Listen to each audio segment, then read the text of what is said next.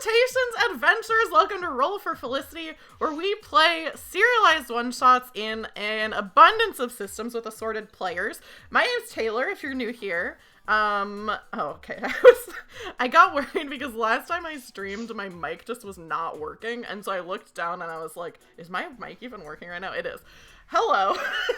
I can't start without thinking something's going wrong.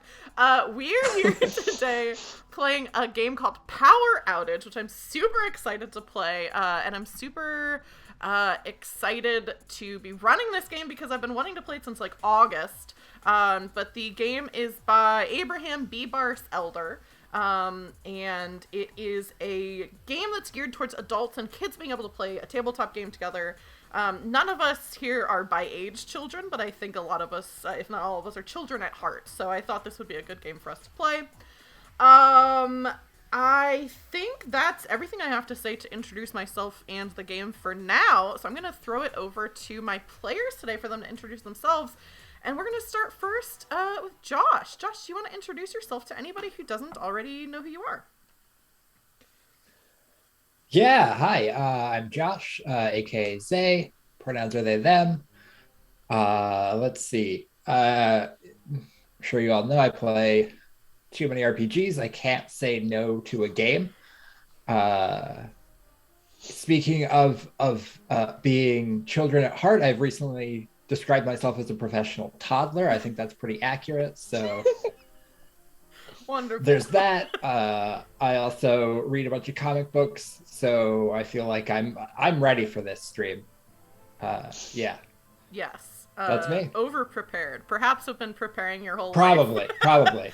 Yes, I've been preparing for far too long, and it was just for this stream. Like, just the decades. After this, there's nothing. Yeah. Oh, yeah. I have to figure out a new life. I've got new hobbies to figure out, new interests. Yeah. Well, I'm honored that you've dedicated your life to preparing for this stream. And who's next? Rosh, you're next up to introduce yourself. Do you want to let everyone know who you are? Yes. Hi, everyone. I'm Rosh, and my pronouns are he, they. And this is my second time being on Taylor's channel, which is really fun. And I'm primarily a 5e player, but I like to try different systems. Last time we did Bren Bramble, and now we're doing Power Outage, which I'm super excited for. Definitely not as prepared as Josh, for sure. But but I do love the superhero genre. It's one of my favorite ones, and I'm super excited. Yeah, and then last but certainly not least, Sarah Beth, you are new to the stream. Do you want to introduce yourself? Of course. My name is Zarabeth. My pronouns are she, her. This is my first foray into anything outside of 5e. I'm very excited. And like Rosh, I don't think I'll ever be as prepared as Josh is, like, in anything. So. Perfect. Well, the first... but yeah. Oh, go ahead. Sorry, didn't mean to cut you off. Oh, go ahead. The thing that I think Josh is especially prepared for, is, we always do sort of like an icebreaker question, which is especially pertinent for today, icebreaker, because we are playing Power Outage, Snow Squall, and there's going to be a lot of ice puns, so be prepared for that. But the question that we decided on, which I think was Rosh's idea, I said... Josh asked me last night when we were doing character creation, oh, what's the question going to be? And I was like, oh, I was probably just going to do favorite superhero. And then Rosh said, what about least favorite superhero? And so I was like, yeah, let's start it. We're going to be playing these heroes. Let's start it off negative. Get all the villain energy out of our system and talk about superheroes we hate. So I guess I'll go first, and this is not like a super educated opinion. I'm not like, I've seen a lot of comic book movies, but I haven't read a ton of comics. And just my gut instinct is, which I know, I guess this is not good for the zeitgeist, but, now I can't even think of his name. Hawkeye, probably my least favorite superhero. I don't really like Jeremy Renner that much, so that's probably a big part of it. I feel like I should like him because it's like, he's just a normal guy who has a bow and arrow, which I guess is pretty gutsy.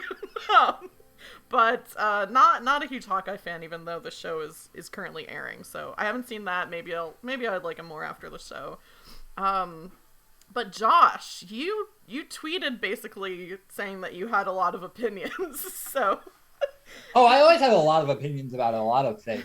I'm gonna agree with you. At least MCU Hawkeye sucks. I'll take that hard stance. There are some good comic books. I will, just because I can rant about this all the time, I will be mad at MCU for stealing all of the style from Matt Fraction and David Aja's run on Hawkeye and not crediting them. So, yeah, if you want to enjoy Hawkeye, look up that run. It's very good. Otherwise, I will say there's not that much good Hawkeye stuff, and you're not gonna find it in the MCU. But that's not my character for today. And I will say this isn't my least favorite superhero. I don't think. This is just someone I just don't care for them. And then it's Green Lantern. I just don't care for Green Lantern. Look, I know all there's probably all except Alan Scott, the old Silver Age one. He's great. Love him. He's a good dad.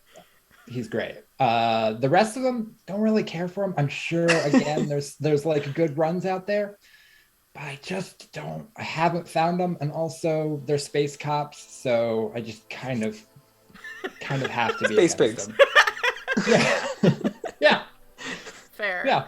So Very there you fair. go. There you go. I just don't care for Green Lantern. Yeah. Rosh, who's your least favorite superhero?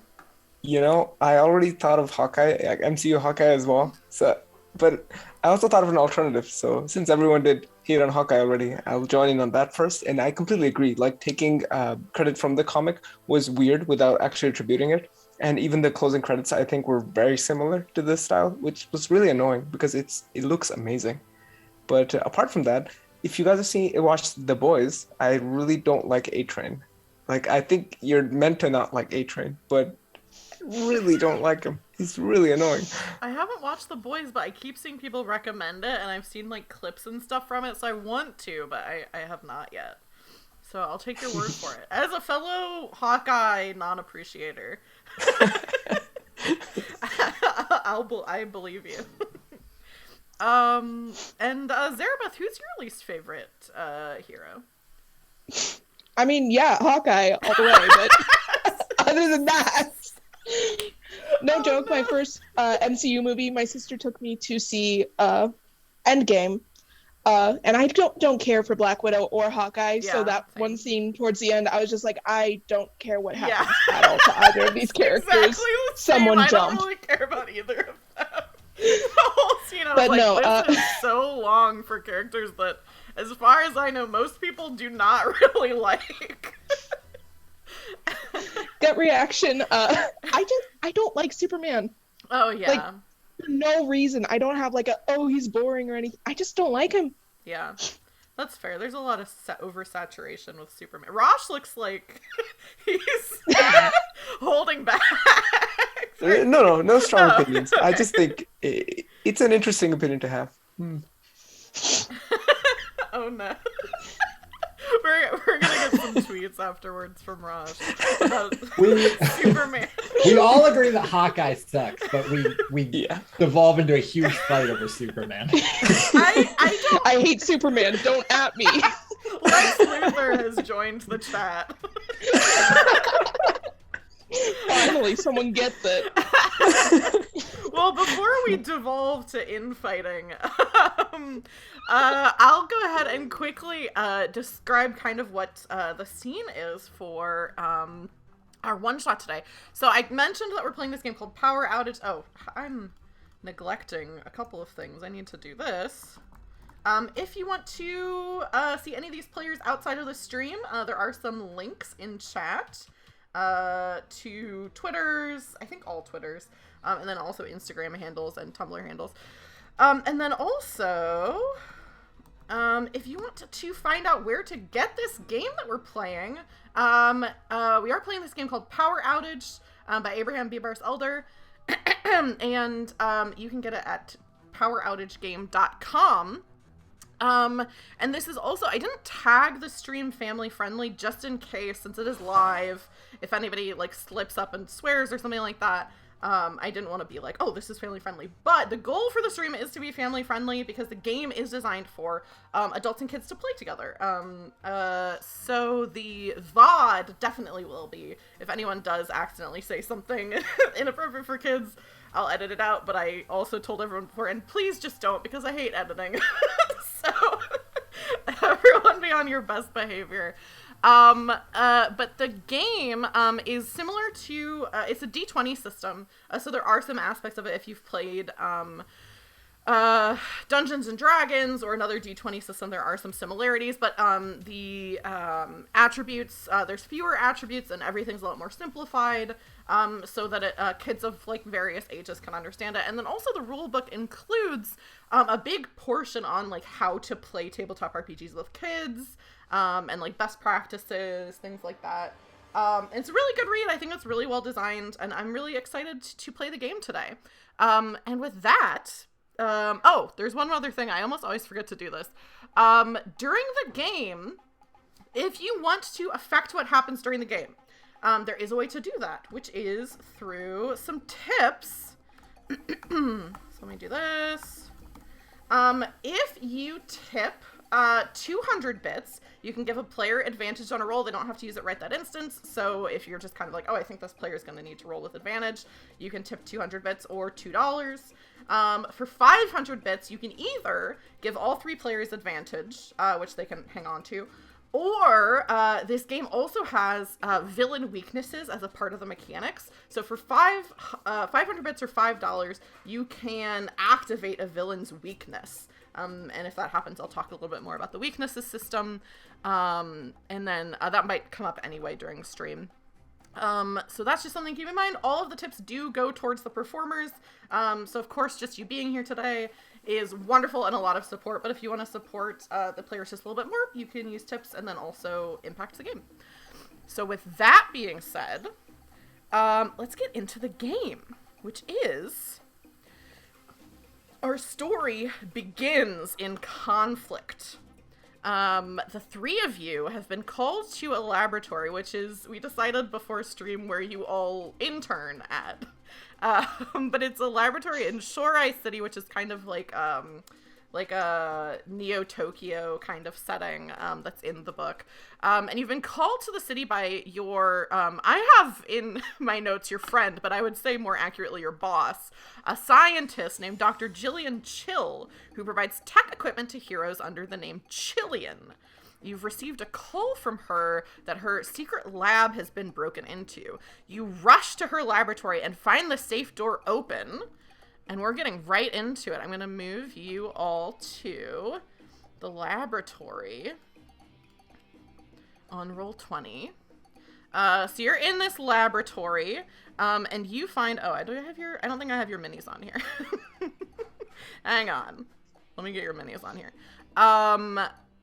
But you find yourself in this laboratory, and while I'm doing that, I'll say what you see is Swagneto, a supervillain. And a few of his henchlings who are ransacking the place.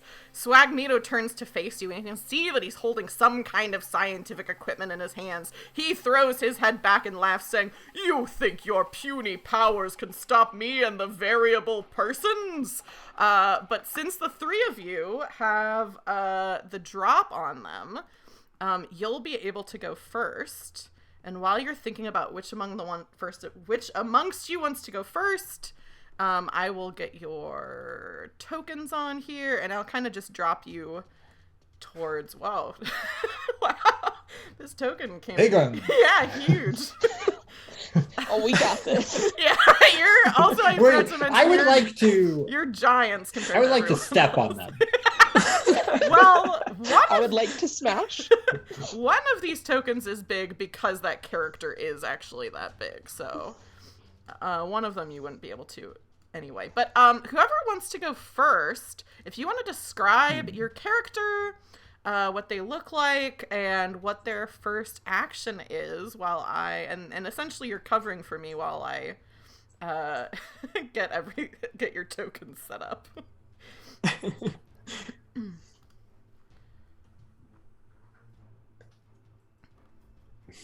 I can also bully think I you can go and first. pick. Okay, I was gonna say I can also just choose one of you.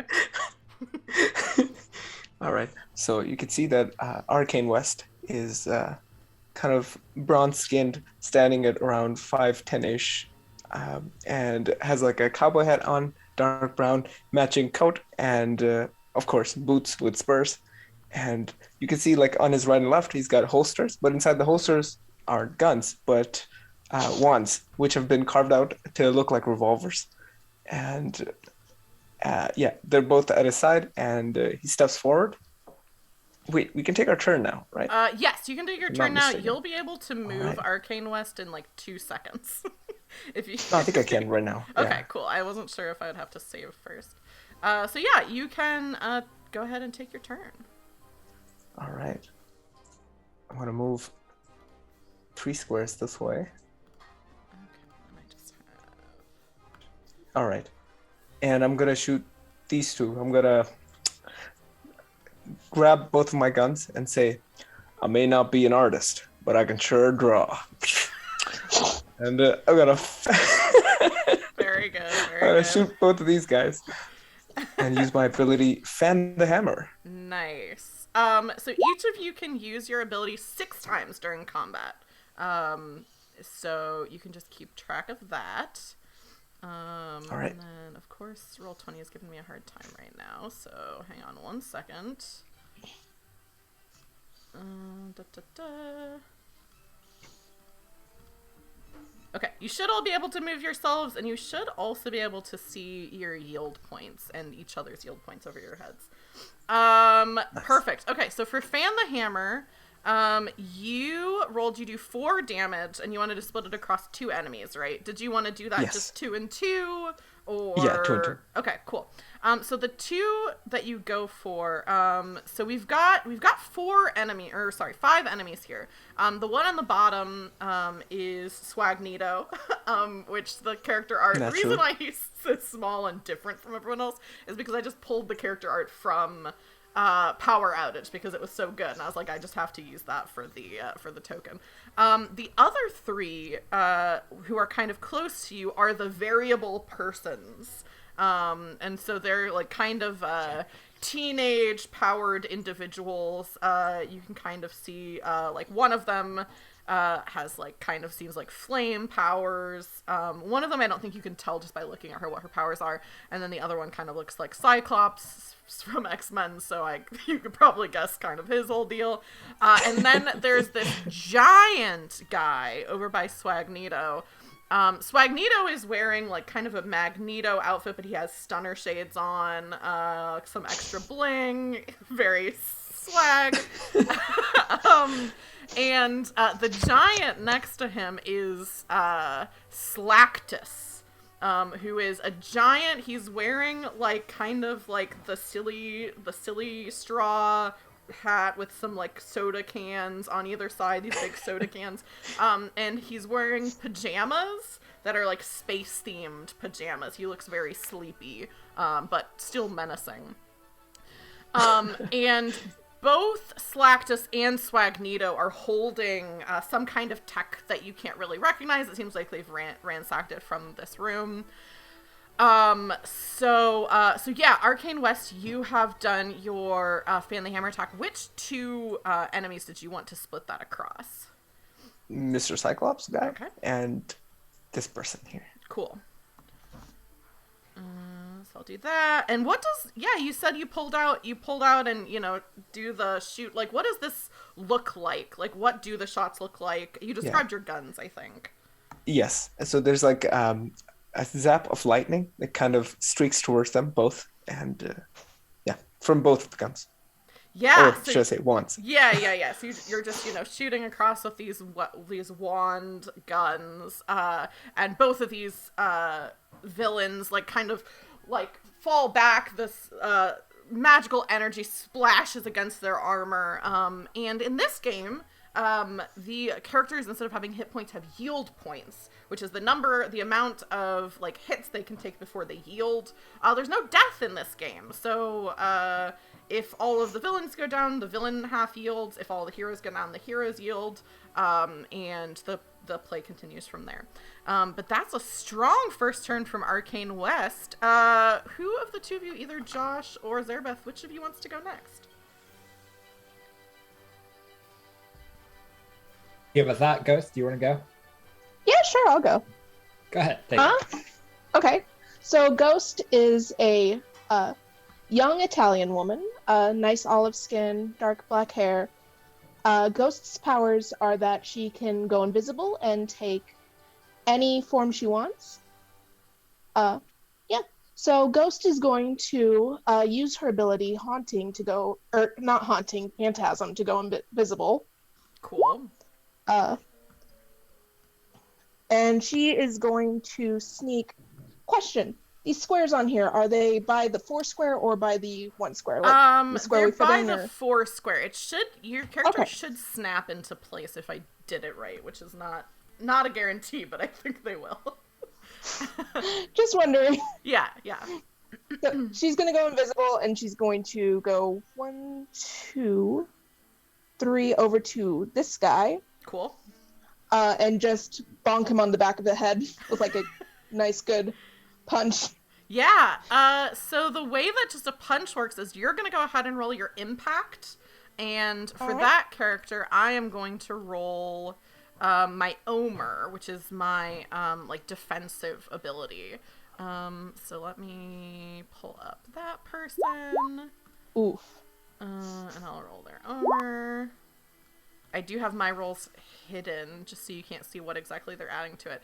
You know what? You didn't roll that well, but it did beat their Omer roll, which was an 8. So, Heck yeah. Now I have to remember how much damage that does. Hang on 1 second. I think it's either a d4 or 2, when you start out for impact. Let me double check. Impact. D20 and your impact weight against a D20. We did that. A D4. Yes, I was correct. You could either roll a So it's a D4, D4? or you could just say it's 2 damage. You get to choose whether you want to go for the safe choice or you want to try to get a higher damage output. I'm feeling lucky. Let's see. 3. Nice, 3. So yeah, you just punch this guy on the top of the Just like a head. good old bonk. Perfect. He's still standing, but is just reeling from that. Your ability is that you, attacking does make you visible. So you turn invisible, go over there, and then bonk on the head. I'll say, I think technically being invisible is, like, your action and attacking is your action, but I'll say you came into the fight already. shoot. You came into the fight already invisible. I'm sure your character would have done that anyway, since it's your main skill. Probably. So yeah, you sneak in, they don't even know you're there at all. That's just these other 2 people, and then you sneak in, bonk on the head. What does Ghost look like when you become visible again? Are you looking like your normal form, or have you taken on a form of something else? She is in her normal form, so basically just like her little superhero outfit, like a little leotard. Very muscular, I think. Like, not super muscular, but like lean muscular. Mm-hmm. I feel like her main thing is she goes invisible and changes, so she's kind of built up a little bit of muscle to actually do some hurting, so. Yeah. Perfect. Yeah. This variable person is already reeling from just getting this magical attack and then just this getting straight up punched, which is not fun. And that just leaves our last adventurer. Josh, do you want to describe your character and what you look like? Yeah. Dr. Wen is this very wiry looking guy. He's got reddish hair, kind of it would be in a mess if you could see it. Right now, it's under a pith helmet. Like that old helmet that, like, I don't know, British adventurer. You see British adventurers wearing. He's got a big pith helmet with some fancy steampunk goggles on top of it. He's got, of course, a big curly mustache going, also the sort of reddish hair. He's wearing, he absolutely has tweed pants.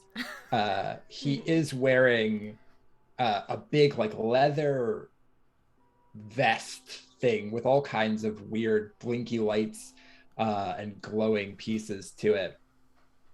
And he's going to march right up to this first person here, over here on the right. And he marches over and he puts his fist up and he just goes, "Well then, you fiends, is it to be fisticuffs?" And he's just gonna launch out with an attack here. Perfect. So go ahead and roll your impact. I'm assuming it sounds like you're doing just a punch, and then I will roll my Omer. That's a 10 total. Okay, well that's. Oh, okay. I was still looking at Zerbus. I was like, that's a 3, but that's not what it was. I got an 18. So what does this look like as the punch absolutely does not land? I imagine that she just dodges, like he just fists up and just swings. This is not the punch of like a fighter though. Yes. There's some power behind it, but it's untrained. It just completely misses. You also made the classic mistake of announcing that you were about to punch someone before you punch them. So she just really just ducks out of the way. There has to be some honor in it. You have to announce. The next time you won't be so nice, but give them a fighting chance. Fighting specifically, With that, it goes over. The initiative system is basically that one side goes first and then the other side goes. So it's going to be time for the baddies to go. And I think the first thing that's going to happen is, so the variable persons have an ability called Better in the 90s. And normally in a game, I wouldn't be like reading out everyone's abilities, but Power Outage, the abilities are like so fun and have such funny names. I am just going to be telling you what they are. So normally you would roll to see which of these things happened. I put 3 variable persons in this fight so it can just happen for each of them. This Cyclops kind of guy on the left is going to, so normally you would roll a d6, and 1 to 2 equals X, so that is 3 to 4 equals Y. He's going to have the Y ability, which is that he is going to generate some yield points. So at the start of his turn, he's taken quite a beating. He's going to generate some yield points to keep himself in the fight. And then this other person, because this is so silly, but the woman that Dr. Wen just attacked, there is a superhero just called X-Man, so I decided that her name is just Variable Person. So she is gonna be able to do some extra damage. This third guy, I'm just gonna read what the ability says. If you roll a if you roll a 5 to 6, it's a Z person. Z persons become majestic and fiery dark birds of lore, and then immediately fizzle out, never to return again. Tough luck, Z persons.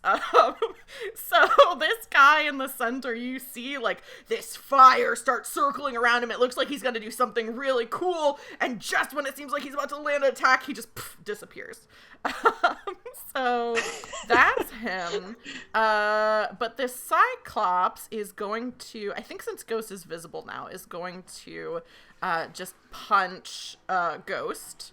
So Ghost, you can roll your Omer, and I will roll Impact. I rolled a 19. Ooh, nice. Okay, let's see how I do. Probably not a 19. No, a 4, in fact. So I think maybe just he's kind of out of it because you just appeared there and hit him, and he was doing pretty bad yield point-wise, so he kind of just, like, turns around, and misses. And then Variable Person is going to make a punch attack back at Dr. Wen. So Dr. Wen, you can go ahead and roll your Omer, and I will roll Impact. I did not roll very well, so we'll see how this goes.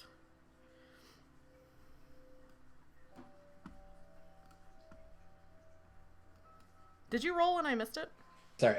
No, sorry. Yeah, Dr. Wen, Omer, your defensive attack, or your defensive stat. Yep, just trying to pull it up here. And I think it rolled twice. I'll take but the first one was a 16. Either one of them would have passed because I rolled a 5.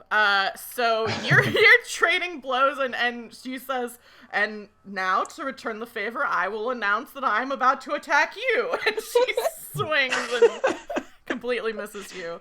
That's the variable persons, but I do have these 2 other folks.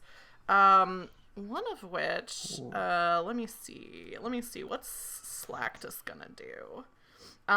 This is not in the rules as written, but Galactus is huge, so I figured I would make Slactus huge. So I'm gonna have him come over that's intimidating. here. And because he doesn't have that much movement. And I think he's just going to do an attack called Muncher of Worlds and Chips. And he is going to just do 3 damage. It is to all combatants, including people on his side. So all of you are going to take 3 damage to your yield points, but also Cyclops goes down. Oh my god. The other ones are still up. Definitely us, yeah. But yeah, I think it's just like I think I moved him too far, but he doesn't have to be close to anyone to do it. I think that's how far he could have gone. Okay, so -3. He doesn't do the damage to himself. But yeah, he just like stomps down on the ground and this wave of energy ripples across the whole room. It completely knocks Cyclops over. The rest of you take some damage. And then of course Swagneto is gonna go. He has an ability called Animal Magnetism, which means that he has the ability to manipulate feelings, forcing heroes to come closer or move away his travel distance. So he is going to have Arcane West move out of the way of the door, and I'll just move your token where he moves your token to. So let's see, his travel is pretty far. 1, 2, 3, 4, 5, 6. Okay, so he's gonna move you like right up next to him basically, and then use his travel because he is pretty fast to go 1, 2, 3, 4, 5, 6, 7, and start to leave and just kind of look back and say, "Slactus, I'm sure you can take care of the rest of these folks." And he is holding, this kind of weapon. But that is back to the hero's turn. Whew. That was a good turn, Swagneto. Wow. Swagneto, I have to congratulate you. I'm not even mad, just impressed. What do you think it looks like for Arcane West is Swagneto just beckons you and you are kind of like, just feel yourself moving the direction that he wants you to go in. So I imagine it as his head is still his own, but the body keeps moving as normal, too normal actually. So it's like taking steps like one at a time, and he's like, "What's going on?" Yeah, and Swagneto is just saying, "If you wouldn't mind moving out of my way," and it's just walking. I think it's happening basically at the same time, so you pass each other going in different directions. But yeah, either Arcane West, Ghost, or Dr. Wen, you can decide what you want to do. Do we want to keep the same order, or whoever wants to go first can? I mean, It doesn't matter to me. okay, I could go first. Yeah. So after I get a hold of my body back, I'm just gonna reholster my wands, and I don't know if that's a word, but it is now. Yeah. Yeah. I'm gonna pop over here and I'm gonna try Dr. Wen's way, but I'm gonna learn from my mistakes and not announce it. So I'm trying to punch him as high as I can. Yeah, go ahead and roll impact, and I will roll Omer. Whew, that is not good. And he did get a nat 20 on his Omer roll. So I think I think you holster your wands and you just punch Slactus, and it looks like he's just wearing pajamas, but under the pajamas he's wearing armor. So you punch him like in the chest, and it's just like boy. does not feel good to punch the armor straight on. But yeah, what about the other two of you, Ghost and Dr. Wen? I think Ghost is going to try and chase after him and restrain him. Nice. So yeah, let me. She's just gonna go up there. Yeah, let me see. I don't know if there's rules specifically for restraining, so let me check that first. Okay. But otherwise, I would think it's probably impact versus impact, if there's not Okay. a specific rule for it.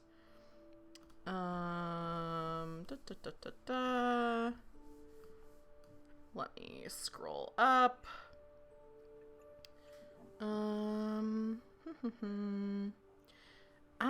I'll just roll it impact versus impact. So go ahead and roll your impact, and I will roll Swagneto's impact. Oof, that's a 5. Okay, let's see how Swagneto does. I Impact. want to just mention that I knew pre-game that we were rolling so well. We're just gonna run out of luck. The most Oh We Definitely. blew no. it on the practice roll. I got I 2 swear. 19s. I got a nat 20. That Yeah. never gonna happen again. And I did just get a 16 for Swagneto's roll. All right. So This is fine. yeah, so you jump and try to like wrap your arms around Swagneto, and I think he just does kind of like essentially the same thing, even though it's not like his ability just flavor wise. You feel like you just can't bring yourself to actually wrap your arms around him, and he just kind of like brushes you away and says, "Oh, come now, that's not very polite of you." And I love that he's like wearing stunner shades, but I still gave him like the Magneto voice. So he just looks so like he looks like the worst person, but he sounds very nice. Dr. I mean, Wen, if it's Ghost the to whole that thing, is it's just like- gonna say, "Oh, I'll show you polite when I introduce my foot to your teeth." very good. Yeah, what about Dr. Wen? Yeah, Dr. Wen, he's just like they're trading some blows, he and this woman, and he just goes, he holds up a finger and just says, "If you'll excuse me a moment, madam." And then he just starts fiddling with his vest, and I'm going to use my time stop ability on Swagneto and Nice. prevent his Nice. his attack next round. Yeah, so what do you think that looks like? Because you can't stop, it doesn't stop his movement, because there's a separate power that stops movement. Right. So what do you think it looks like or do you want to wait until Swagneto's turn to narrate what that looks like? Yeah, I think it happens more like on his turn. Cool, I'll just have him... So it's just like Dr. Wen fiddling with these like knobs on his vest. Yeah. Yeah, did you already describe I was a little bit distracted because I was putting everyone's tokens in. Did you already describe what your vest looks like? A little bit, yeah. It's just a mess of like knobs and buttons and wires. There's blinking lights that just, for no reason, no one knows why they're blinking, but they are blinking. Of course. There's tubes. Something is bubbling through one of the tubes. That's probably not safe, but it looks cool. So as you're doing that, Swagneto like holds his hands out towards you, in like the classic Magneto way where he's about to do something, and you see his helmet sort of looks like it's gonna like start to like light up a little bit or do something, and instead it does nothing. And what do you think it looks like from your vest as you've stopped this attack from him? I think there's a little shot of like lightning that shoots out from the vest, just like kind of catches him and freezes him for just a moment. Yeah, he stands frozen for a second and then kind of shakes his head, gets out of it. He does still have his movement, so he is going to continue on out of the area.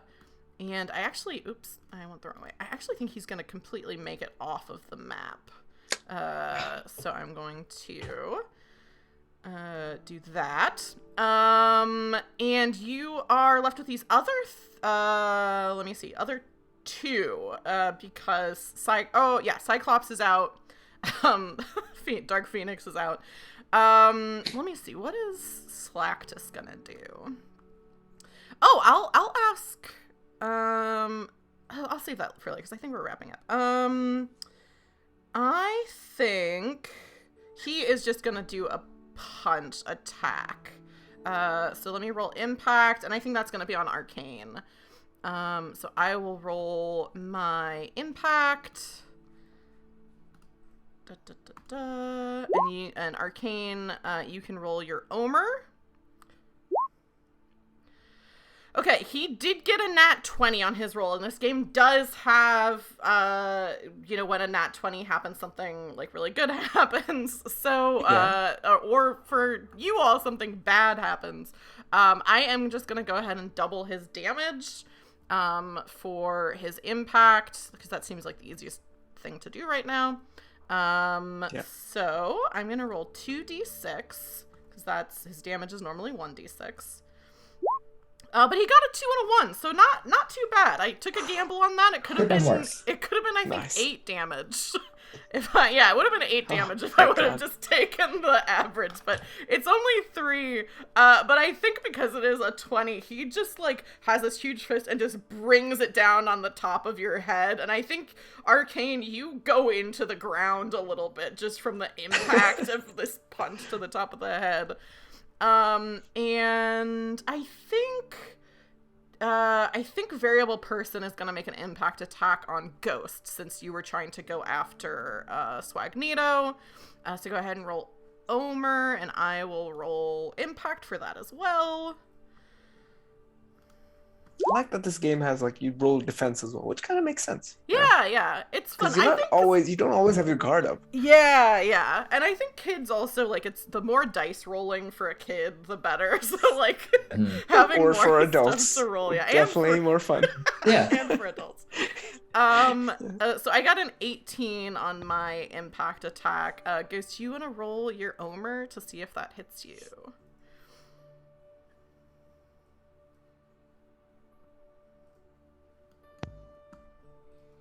Unless you did and I missed it. No, that's Ghost, right? Mhm. Oh, is it me? I'm sorry. Yes. I saw that you were doing something, so I was like, I can't tell if she's 21. rolling or what's happening. Whew, Oh, hey, that defends. That's pretty good. What does it look like as Ghost?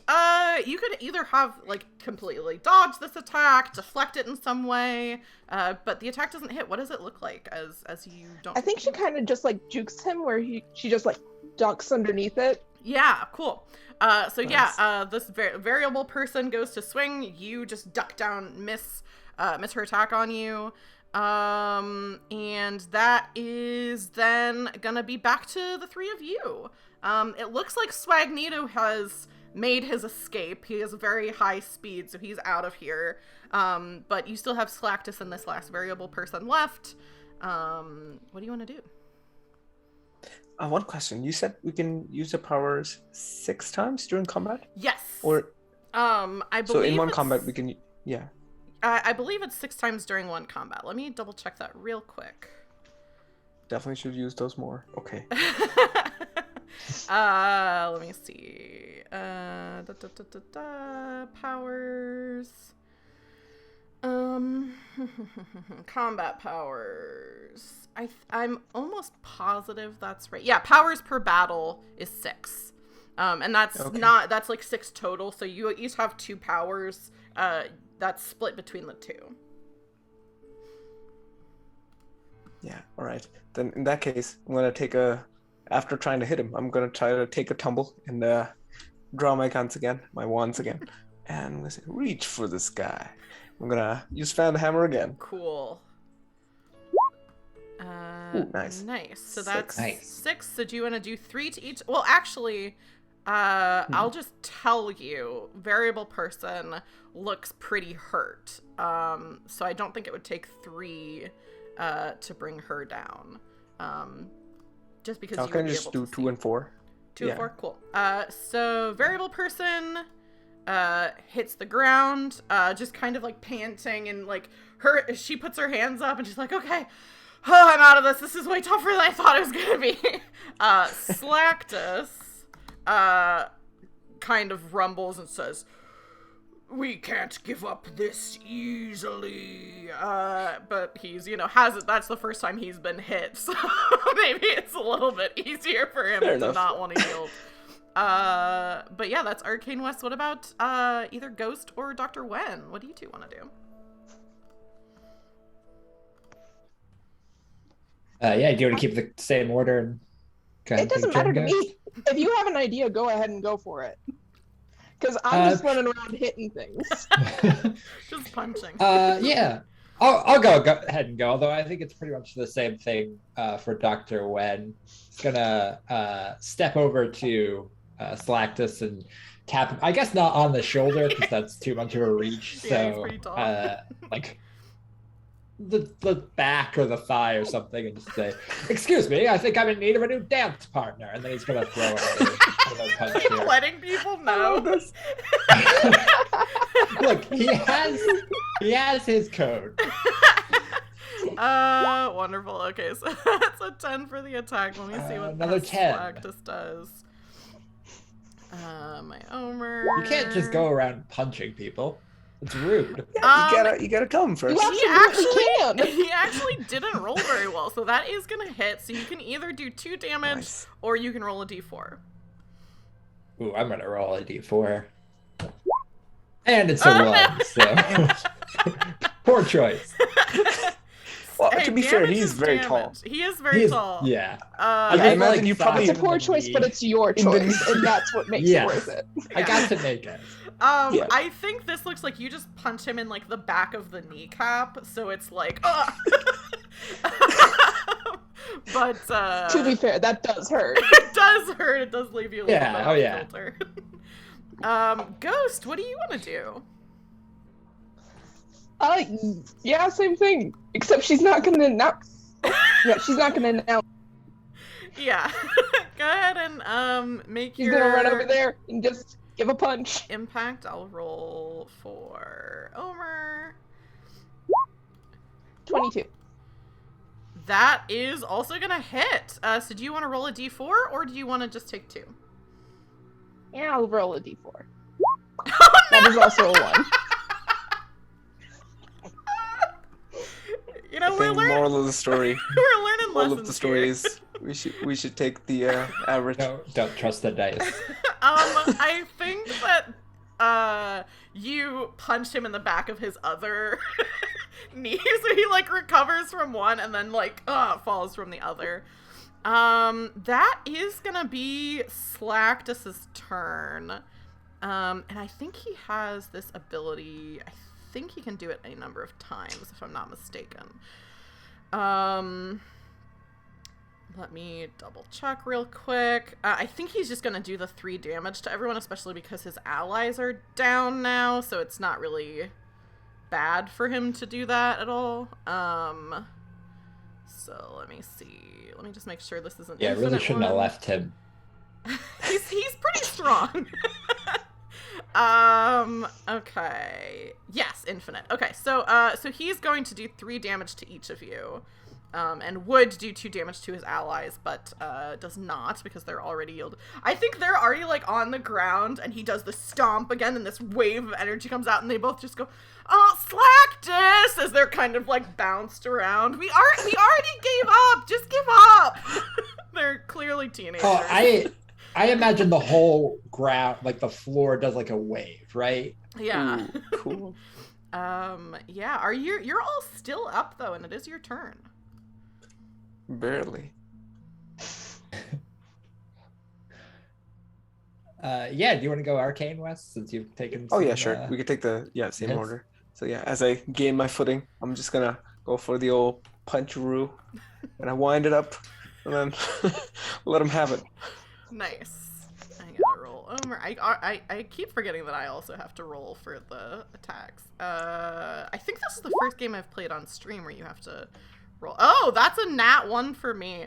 I think with a nat 1, which is a critical fail, Arcane, describe how he doesn't have that many hit points left anyway, so I think you would take him down. But with a nat 1 on his defense, I think he definitely does. So what does this punch look like as you take down this huge, giant Slactus? Yeah, I'm just gonna wind my punch up, lean back a bit, and then let him have it. And hopefully he goes down like a tumbleweed in the wind. Yeah, he tumbles backwards, Charlie Brown style. As you just somehow, I think the magic like infuses this punch, and so you're able to like go up higher than you normally would, and just hit him in the chin. He goes spinning backwards, and falls on his butt, and says, Okay, we yield. Here, you can have this technology back, and hands you the thing that he was holding. You do know that Slactus did get out with another similar item. But we're out of combat. What do you want to do? Sorry, did you say Slactus? Or do you mean Swagneto? Swagneto got out, sorry. Like, with a similar... Yeah, okay. Slactus has a piece. Swagneto got out with a piece. Sorry, I think I said the wrong names. But yeah, we're out of combat. What do you want to do with the three people that you kind of incapacitated here? I imagine we would restrain them in some sort of way. Oh, yeah. Yeah, you're going around looking for things. I think at this point, I'm going to take us off of the battle map since we're not actually in battle anymore. Oops, I didn't bring you all. I just brought myself. And Jillian, your boss, rushes in and says, I'm so sorry. You all look so hurt. And she's like looking around for like, I think she brought in a bunch of like zip ties and is like zip tying the teenagers, the variable persons. And then kind of looks over at Slactus and is like, I don't think these are gonna work for him. If we connect a few together, we could probably like makeshift something. She hands you some zip ties to start Yeah. working on. I immediately start like macrameing them together. But thank you all for coming so soon. I was hiding in my closet in the lab when after I heard, I thought I heard it. I mean, it sounded like was it Swagneto? Yeah, I assume we all in character familiar with Swagneto. Yeah, I would say Swagneto's like there's some major villains in Outage, Alaska, which is the setting of Power Outage. So I think you would all be familiar with Swagneto. And you know, much like Magneto, he has this goal that he wants to bring all these powered people together, because the non-powered people are afraid of them. But his methods are, not always the best. There's a lot of collateral damage with Swagneto. Yes, Doctor. I'm afraid it was that foul fiend. Yeah, I'm also afraid he got away with a piece of technology like this. And I'm gonna hold it up, whatever was it, with Slactus? Slactus, yeah. She says, oh my god, my freeze ray. I can't believe that they got away with it. You said it looks like that? I mean, I had 2 of them. And she starts looking around and sees that you've managed to keep one of the freeze ray. Yeah. Swagneto, excuse me. Don't come after me. Fox or whoever. Please don't sue. Magneto. We could probably do a better Magneto. But yeah, she says, oh, so Swagneto got away with my other ice ray. Oh, that's terrible. What would he even want with an ice ray? Did he say anything to you all during the fight? He told Nothing me else to to be polite. it. I thought that was rude. So what was the first thing you said? I thought that was rude. Sorry. I said he told me to be polite. Oh. That sounds like Swagneto. He's very strict about manners. And yet he seems to have none of his own. Hey. Quite ironic. It is rude to break into someone's secret lab and to take their ray gun to use for, I presume, nefarious purposes. Well, I mean, I know the 3 of you are only interns, but I don't really have any ins with any other powered people. Do you think I could trouble you to track down my ice gun that he stole? Of course. Would be our pleasure. Of course. I mean, sure, I'll do it. I can give you I don't know about pleasure, but I can give you extra credit. I'm afraid the lab really doesn't have any funds that I could, give you any kind of, compensation monetarily, but if you go toe-to-toe against Swagneto, I'm sure that'll really build your profile up, get you some good exposure. you'll have so much experience by the end of it. You're gonna get a lot of experience. We pay in exposure. Family here. I do believe I could use the credits. My Science 101 isn't going too well. Yeah, I should say for the benefit of chat, we decided... Actually, do one of you want to explain how the three of you know each other? We've kind of alluded to it. Oh yeah, we didn't go Yeah, over chat that. doesn't yeah. know. Who wants to go?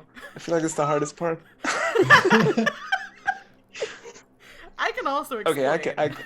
but go ahead, Rosh. You should explain. All right, I was just gonna say that the three of us, I think we bond over the characters. They bond over being outsiders in our community college that we're going to, superhero community college, and we all have something that we lack or the other, and we learn from each other, which I think is really nice. For example, Dr. Wen.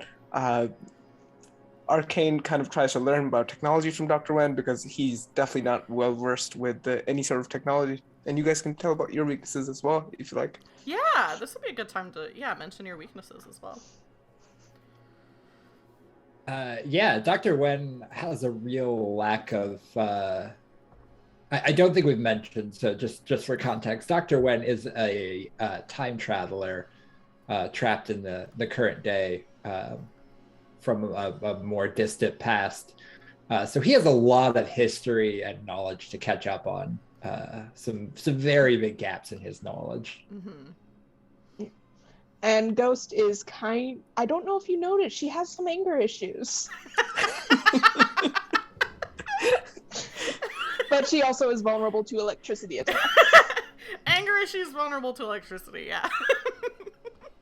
So Jillian, I think, says, okay, well, no one exactly knows where Swagneto's lair is. We know it's in the overgrowth, but, he's kept it secret. Obviously, if people knew where it was, they would be wanting to, go after him with a bunch of, his variable people. But there are a couple of places I think you could go to try to track down, maybe get some information. She says, I know, first of all, the library in Shorai City. You might be able to find some plans for, the build. People say that he's in a building that used to be a laboratory of some kind or, a military outpost. So if you go to the library, you might be able to track down some public records of, the building itself, figure out what building he's in. And then also I've heard that there's a coffee shop where a lot of the mutants and some of the powered people go and have meetings to talk about what it's like to have powers and that kind of thing. So that's at the coffee shop. Either one of those places you might be able to find out some information about Swagneto.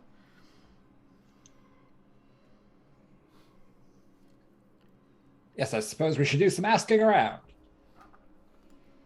So I guess we're going to the coffee shop.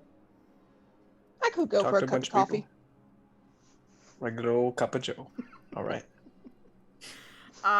Cool. I didn't come up with a name for the coffee shop, so if any of you have a name that you think would be fun, or if anybody in chat this game has a lot of puns and things, so if anyone has a punny name for a coffee shop where mutants like to hang out, or the Dark Roast Rises. The Dark Roast Rises is very good. Very good. Very good. Okay, so you all went to the Dark Roast Rises. What an ominous name for a coffee shop. It's not a good one. I mean, hey, a bunch It's just there. of Swagneto's henchlings hang out there, so maybe it's, like, they want to keep the normies out. Also, it has to be all of the vigilante types, right? Yeah. All these broody vigilantes are hanging out there in the early morning hours. I think you all kind of know the reputation that the Dark Roast Rises has. So is there anything that you do to disguise yourselves or anything like that before you go to the coffee shop? Ghost will use Phantasm to turn herself into one of the henchlings she apprehended before. Oh, nice. Damn, that's good. That is. Yeah, that I is don't very think good. I can do much. I'll just pull up my red handkerchief over the lower half of my face, and that's it. Dr. Wen does nothing. Nothing. I love Absolutely it. Decreasing order. Ghost, are you disguising yourself as Phoenix or the variable person or Cyclops? Actually, I named the Cyclops character. I named him something different, and I already forgot. What did I name him? I think I named him Cy Scott because.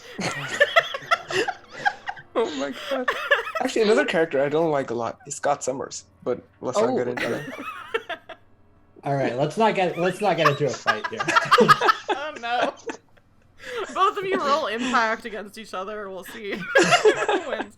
But yeah, Ghost, do you want to be Cy Scott, variable person, or Phoenix? I'll go with variable person because I also did discuss this in character creation. She can't do voices. I think she has a better chance as a woman. Yeah, makes sense. So yeah, you. What does it look like as you transform into a different person? Kind of like the Mystique type thing, where it just kind of like goes over the entire body, starts at one point, goes down. Yeah. Yeah. You look like variable person. And Arcane West looks like a guy with a bandana around his face, and Dr. Wen looks like a stranded time traveler. As you all head to Dark Roast Rises. When you get in, you definitely see some people that you would immediately recognize as mutants. I think they're starting to have kind of a meeting. So they're all sitting around in a circle, and maybe there's like a back room to the coffee shop. There's like the main part where the restaurant part is, and then there's like a back room that people can book. So you can see people in this back room. One of them, you see, is a man with long blonde hair, mutton chops, bushy eyebrows. He has really weirdly long arms with claws on the end. But oddly enough, he looks like very friendly and approachable. Like he's just kind of smiling. You'd think he would be menacing, but he doesn't really look that menacing. And then there's also another notable person, is you see a woman with long black hair, heavy eye makeup. She's wearing like leather pants and like a leather jacket. But she does also have pterodactyl wings. And there's other people there, but those are the two NPCs that I came up with for the encounter. So feel free if you have other ideas for mutants that you think would be there, or funny ideas of other people you see, you can let me know. But if not, those are the two main people who are there.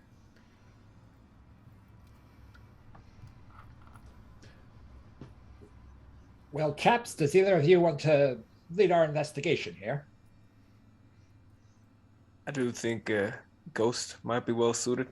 My disguise isn't very much of a disguise. What are you talking disguise, about? I that's couldn't really tell. doing You, that. are you Arcane West? I couldn't even tell. Oh, thank you. It was so much good. obliged. All right, I'll go sit down in the meeting, try and figure out what's going on. You I'll guys just kind of hang back, don't get a coffee. don't get in trouble, please. Yeah. I'll try. Arcane West gets some coffee. Is there anything that Dr. Wen does while you're waiting to see how it goes with Ghost?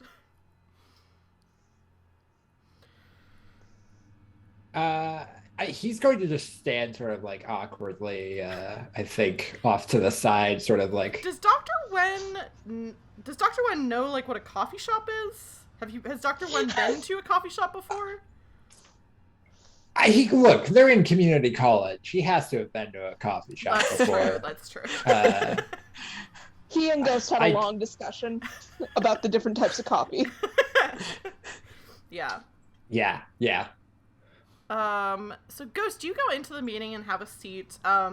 It's kind of like before the meeting has really started, so people are kind of making small talk. I think there's an open seat next to the man with the mutton chops, and there's an open seat next to the woman with pterodactyl wings. Do you have someone that you want to sit next to? Oh, also,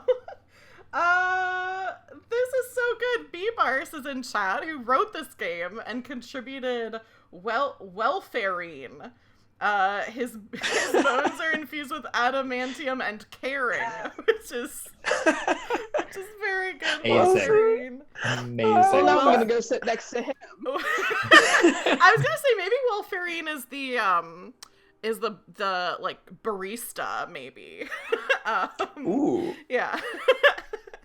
That's so good. And if you want more amazing things like that, like welfarine, you can get B-Bars's book, Power Outage, at the link that I just put in chat. So yeah, I'll say, I think welfarine, because the reasoning is welfarine, I think, would not be a henchling. So I think he's serving coffee, but these other two, the man and the woman, are your choices of empty seats. So who do you want to sit next to, Ghost? All right. I will sit next to the woman then. You sit down, and she looks over at you and she says, "I haven't seen you here before." Oh yeah, no, I'm new to the mutant thing. Just figured out all sorts of things about myself. Figured I'd come, introduce myself, see if I can get any leads on that sort of thing, Well, you came to the right place, and she goes to shake your hand, and now that you're sitting down, you can see she has a leather jacket on, but there's nothing in the arms. She has just full-on, like, pterodactyl, like, her pterodactyl wings are her arms. So I love that for her. She raises, a wing, shakes your hand with her claw, and says, "Nice to meet you, I'm Panterodactyl." I don't have a name for myself yet. You can call me Iona. I love that you're giving your real name. Look! You're disguised. Iona is a common name. Good at disguises, not at lying. I can look like whoever I want, but I always give my real name. I'm not a liar. It's like his thing with being polite and warning them when he's gonna punch. Yeah. It seems like you have different weaknesses in addition to the ones that you decided on. Always tells the truth, always warns people when they're about to punch. It's very good. I like it a lot. So she says, "Iona, and what's your ability? What's your power?" Oh, I can transport myself from different areas. And I will turn myself invisible and run really quickly to another spot in the room. And then get back. So yeah, you do that. I love that. Oh my god. I love that. And then do it again. Just as a bonding thing, go ahead and give me an impact check. This is not an attack, but we're using it as more of the interpersonal thing. It's a 12. Okay, so the DC was 10, so that's good. So you do that. It's like kind of slow for teleporting, but like you said that you're new to these powers and stuff like that. Like teleporting is usually instant. Your teleporting is like you're one place, and then in about the same time it would take to run across the room, you appear across the room. So, technically, she did say transporting. She did. Yeah, that's true. You did say transporting. Teleportation. It takes the same amount of time. I get back over to my seat and I go, see, so good at it. You see, like, chairs and tables move out of the way. Someone bumps into a coffee guy. Yeah, there is footsteps are so Loud footsteps. It's loud enough in here that Panterodactyl doesn't notice any of those warning signs that you're maybe not being completely honest. And she says, wow, that's really awesome. Yeah, I mean, you can probably tell my whole thing is I'm half pterodactyl, and I love that. That is so cool. And I also do some, I'm trying to do a husky voice, but I'm picking up the Italian from you, which is not what she's supposed to be doing. I am so sorry. It's another superpower. It's addictive. Everyone's voice is the same. Voice becomes your voice. She says, I also do some music. So I have a metal band that I'm in as well. That's do music. Yeah, that's not as much of a superpower, but, I like to think it's kind of a superpower. Hey, you know what? It's a power in your own right, and I appreciate that. I just have to say, B-Bars also just came up with huge robots who ask before punching is consentinels, which... I love that. Oh my god, I love that. It's so good, and now I need Dr. Wen to fight the consentinels. It's just constantly, like, everyone saying, like, I'm about to punch you, just so you know. I hope it's all right. I hope it's all right. We are fighting. Please try not to move. It's very good. So yeah, I think Panterodactyl says, I don't normally do this fast, but the meeting's about to start. We're gonna lose our chance to do this. Let me just give you something. And she hands you a business card that says, join the variable persons, and also has, like, where Swagneto's lair is. It's like, I just really feel a bond with you. I really feel like you could use your powers, and we could really help you hone your powers. Your teleportation is, like, really cool, but, like, I just feel like it could be a little bit faster. So I really think Swagneto could help you. You know what? I did hear that. I really appreciate this. This is exactly what I came here to do. Get some connections, meet new people. I am very glad that I have met you tonight. She also hands you another card, and she's also, this is when my band is gonna play next. We're actually gonna play in the parking lot of the library. They've got, like, kind of a thing going on where they're having people come, and hands you, I think this is a flyer and not a business card, but about her band, which if anyone has a name for Panterodactyl's band, feel free to come up with something. Yeah. Oh, I will be going to this, don't worry. B-Bar says, unfortunately, Fantasy LinkedIn, just as lame as real world LinkedIn, unfortunately. So yeah, while this is happening with Ghost, making connections, getting, business cards that have the secret lairs address, what are Arcane West and Dr. Wen doing? Oh, Rosh, 9-inch claws. Yeah, that's 9-inch claws. Yeah, mm-hmm. Perfect. Yeah, Arcane West would definitely be over by the kind of leaned over the bar, the counter, and having a cup of coffee like it's a pint of some beverage. Having a cup of coffee like it's a cup of coffee in a big beverage. Yeah, like a sarsaparilla. Just a regular cold beverage. An iced coffee. Yeah. Go ahead. Yeah. Yeah, I think Dr. Wen strolls up to the counter as well and just, your finest latte, my chap. A Fright of the Concords is definitely also gonna be, it's gonna be there. Oh, I love that. Welfarine says, sure, bub, and gives you a latte. That's pretty much all I know about Wolverine, is that he says bub a lot. He is the best he is at what he does, and what he does tastes delicious. I love that. Yeah, I think there's some, what is the latte art of? I think the latte art is, of your goggles. Or, yeah, I don't think you described that you were wearing goggles, but you, Josh, are wearing goggles, so I think... Oh, yeah, no, they're on top of the pith helmet. Oh, okay. Yeah, so he does some Nice. latte art with his claws. Is that what Wolverine calls them? Claws? I don't know. Yeah. Yeah, I think so. And I don't It'd be weird if it was something else. yeah. But so many heroes have like some other thing. It's like, oh, it's not called this. It's called this other thing.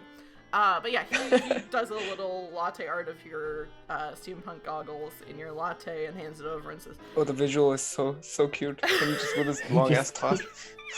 kind of going like this. It's surprisingly good considering that he doesn't have like the fine, because he's not doing like this. He's doing it like this. He's been practicing. Yeah, slides it over. He is the best he is at what he does, yeah. Slides the latte over to you. Yeah. Dr. Wen just takes like a big sip. Did Welfarine flavor this in any way?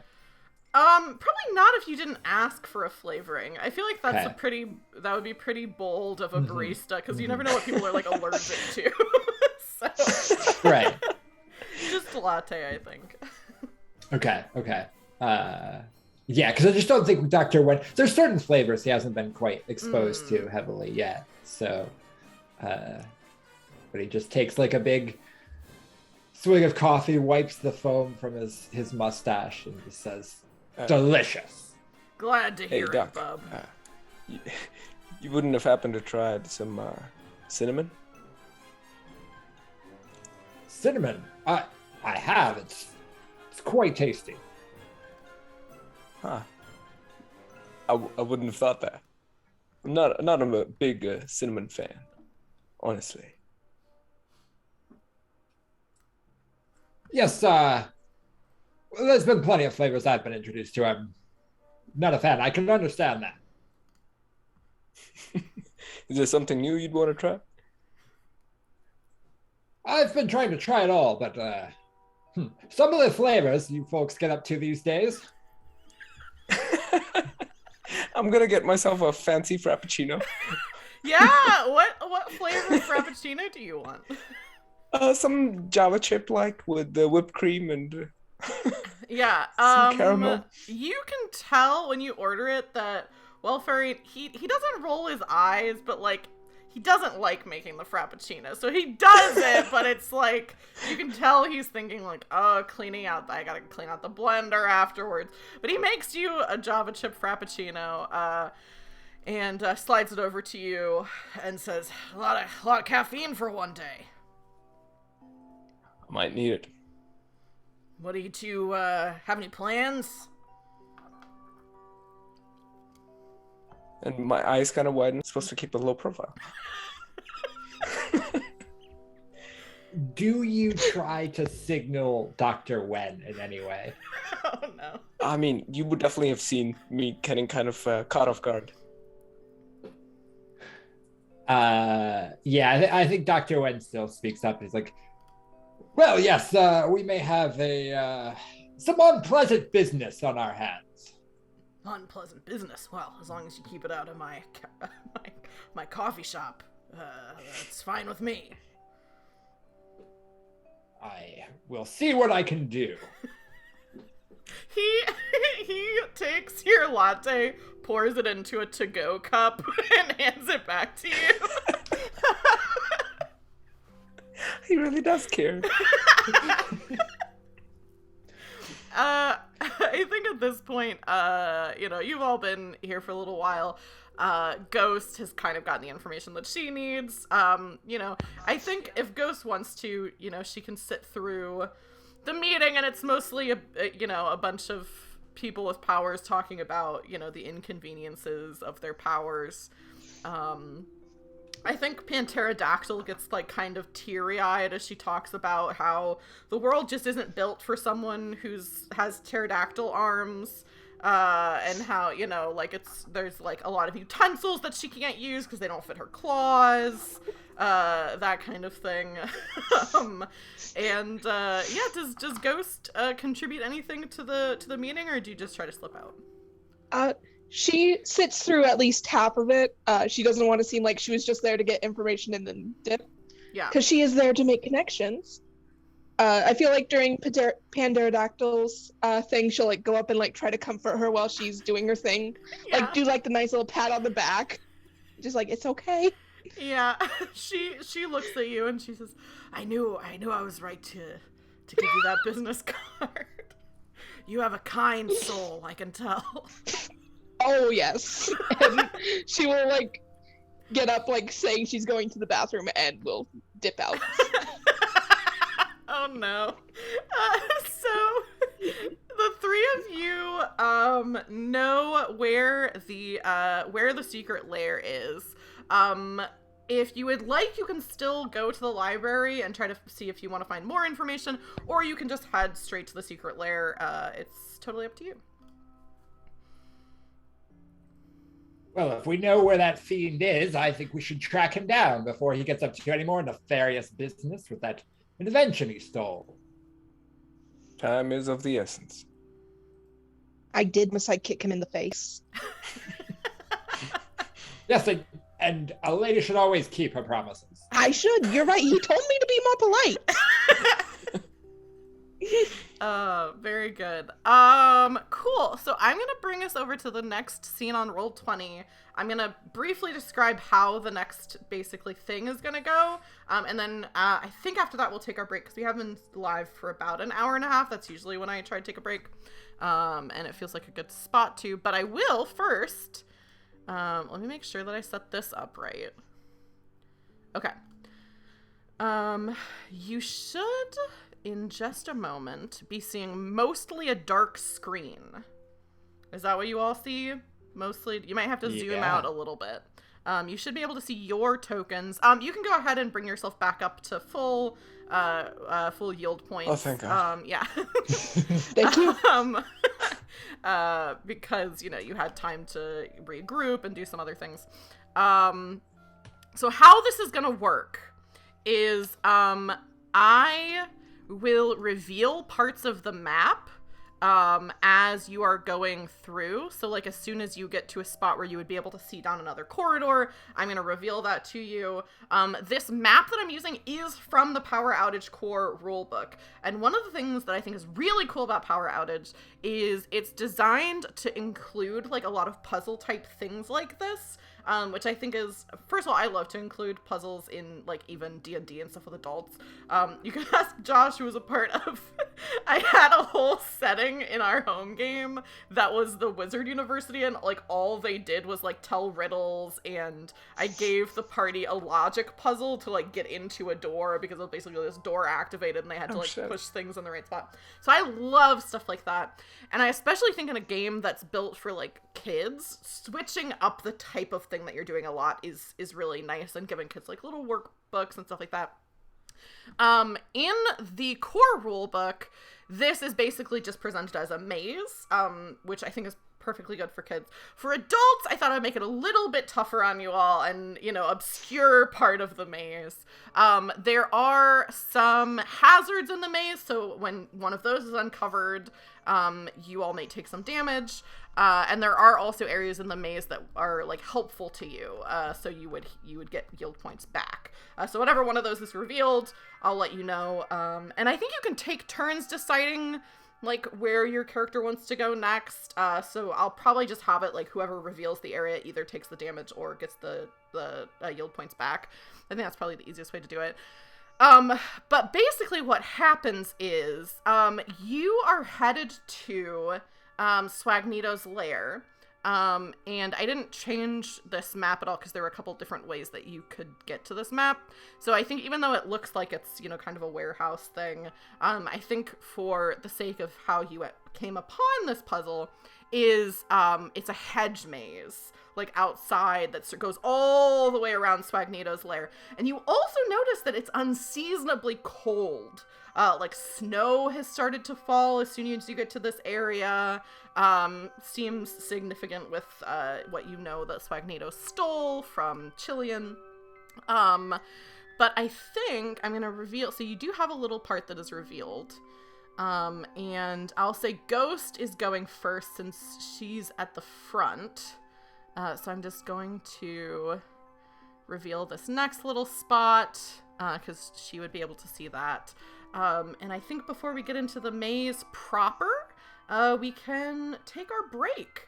So we're going to take a quick break, probably 10 minutes.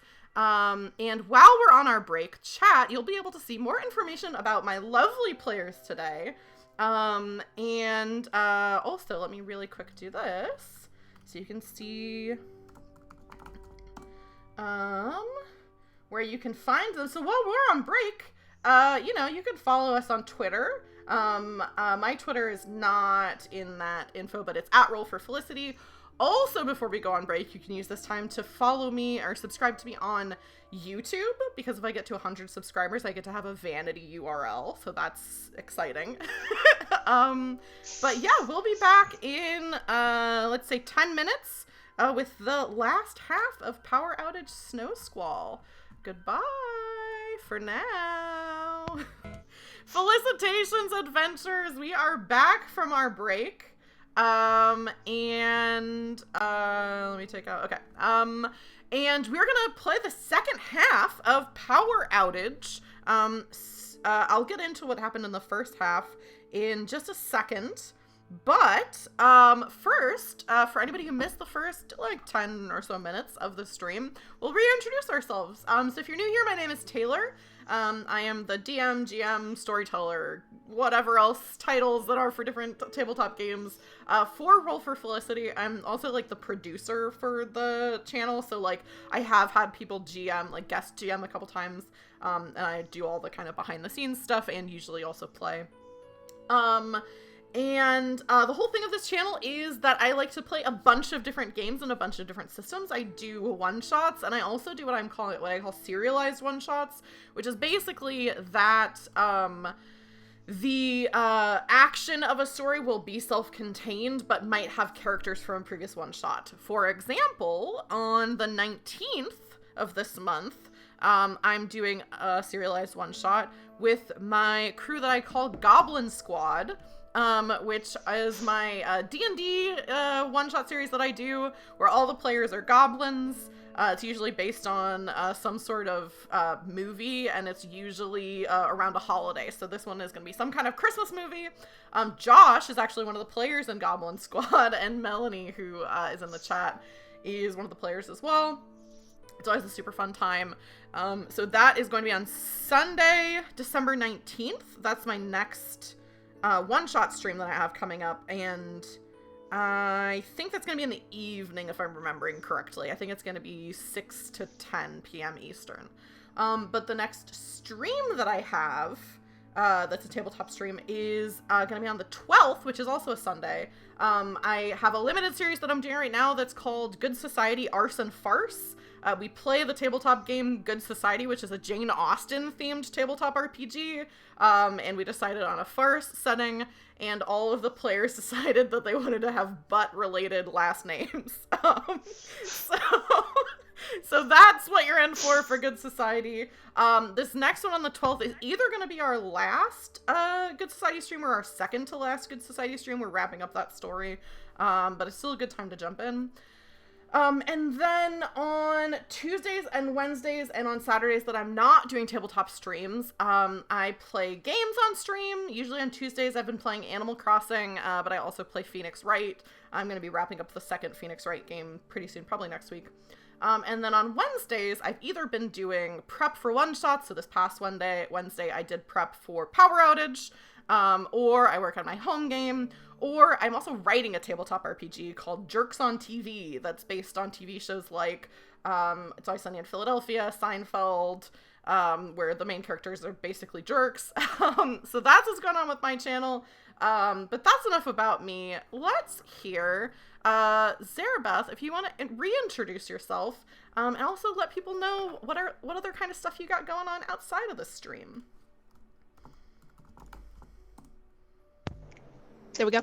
Hi, I'm Zarabeth. This is my first stream with this channel. I go by she, her pronouns. And if you want to follow me on anything, Instagram and Twitter is under DoodlebugDoodles. It's in the chat right now. I do traditional art styles right now. Character design mostly. And if you want a commission, DM me. That's about it.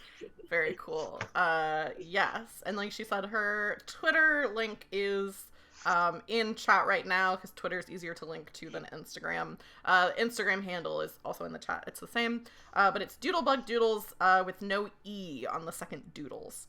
And yeah, who's next? Rosh, do you want to reintroduce yourself to people and let people know what other kind of stuff you can recommend to them? Yes. Hi, my name is Rosh. My pronouns are he, they, and this is my second time being on stream with Taylor, which is really fun, and I'm having a lot of fun so far. And one thing I would recommend is to watch the new He-Man Master of the Universe Revelation series. The part 2 just came out, and it is so good. I appreciate the self-censor. I know it's hard. I didn't even know there was a new He-Man series, so I will have to check it out. Yes, it is so absolutely good. You need to check it out. It's platform fantastic. is it on? Oh, it's on Netflix, I think. Netflix, yeah. Okay, cool. Very good recommendation. And Josh, do you want to reintroduce yourself to people and also let them know what other kind of stuff you got going on, or just general recommendations for things that you like? Hi. I'm Josh, aka Zay, they, them. Just because I think this is a pretty good introduction to who I am. Once, over the course of about 6 months, I read all 700 plus issues of the Ultimate Marvel Alternate Universe comic book line, just because I thought it would be interesting. So, no projects to plug today. But if you do want to hear more of my comic book opinions or yell about how Scott Summers is bad to me and start a fight, you can hit me up on Twitter. I love that like Twitter already is a platform where it's like people are unnecessarily aggressive and you're just like, hey, DM me. Hey, if you want to talk about how Scott Summers sucks, start a fight with me. Square up right now. I will defend Scott Summers and say that he is a well-rounded, interesting character that has gotten the short shrift in every single adaptation of the X-Men. This is just a taste for of sure. what you're in for. Just saying. It's kind of a... I will defend Scott Summers, and I will attack Green Lantern and MCU Hawkeye. That is valid and fair, and I encourage that, actually. I will attack Scott Summers. I will defend Scott Summers. I will attack Green Lantern. Not a supervillain like tangent at all. I know I'm setting myself up here, but come at me. DM me on Twitter. Don't DM me about any of that stuff because I don't know enough about comics. I guess you can. I won't start a fight with you. You can just forward them to... Send them to me. I'll forward them to Josh. Just in case you're like worried to do that for some reason. Cool. So what happened in the first half of this story is that our players today, Ghost, Arcane West, and Dr. Wen, are 3 superheroes who are in community college, and just lowly level 1 heroes, but did square up against Swagneto and didn't have to yield. Swagneto got away, but you were able to take down Slactus and a couple of the variable persons, which is an accomplishment for heroes as inexperienced as yourselves. You were able to infiltrate a meeting. Ghost was able to infiltrate a meeting of I guess you could say maligned people with powers or mutants or something like that at a coffee shop called the Dark Roast Rises, right? Is that I almost said Rising. Ghost, who is able to take the form of other people, transformed into a variable person, and befriended another powered person named Panteradactyl, and was very quickly able to get an invite to Swagneto's secret society training facility, not quite sure what it is. And the group decided to take off from there and head straight to this facility, and encountered a looks like on the screen just kind of a more mechanical looking maze, but for this game we're going to say it's a hedge maze in the snow, because that just fits so well. And we're not going to be going necessarily in like turn order for this, but whoever wants to go and expose the next part of the map, whatever is revealed there, be it a hazard or a help to you, the person who reveals that area will reap the benefits or suffer the consequences. So that being said, you have a little bit that you can see in this hedge maze. Who wants to reveal the next spot? And you can just move your token to... I mean, for right now, you don't really have a lot of different areas, but move to the next spot that you want to explore. And hopefully you can move your tokens, because this I did set up ahead of time. If you can't, I will. This is not on me. I cannot. Okay. I should be able to move mine. Yeah. Are you able to move yours? Am I just stupid? Yeah. I think I am, actually. Yeah, I can move it. I don't think that's it. You're not stupid, but I also am not stupid, because it seems like I did it right. But yeah, who wants to move to that square? If either Arcane West or Ghost are hesitant, I think Dr. Wen will charge right ahead. Yeah. No hesitation. Cool. Okay, now why is it not letting me reveal? There we go. Not too exciting. Kind of just one more spot. I'm trying to reveal the wall and the empty part, so let me know if you can't see where things are going. But yeah. All right. So we keep going square by square, right? I guess corridor by corridor. Yeah. So the first part doesn't really reveal too much. So, but you can go at whatever speed you want to, and even if you want to be like talking in character while you're moving your tokens around, I'll keep an eye on where your tokens are and interrupt while you're in this maze. And I think it started to snow since you've entered the hedge maze. Seems Swagneto is already up to some dastardly tricks. I do think so. Shouldn't be snowing at this time, should it? I don't know. I've seen some pretty weird weather around here. Is an unusual climate, then. Quite is. What do you think our plan is once you go inside? Should we try to sneak in? I mean, we could. I was thinking we just go in there and punch him. Guns a-blazing? I am not much of a fan of... If we want, I can go in first, scout it out, see what's going on. But I cannot guarantee that if I see him, I won't punch him. That is fair. Understandable. Yes, I'm not much of a fan of underhanded tricks myself, but it does seem like a wise plan.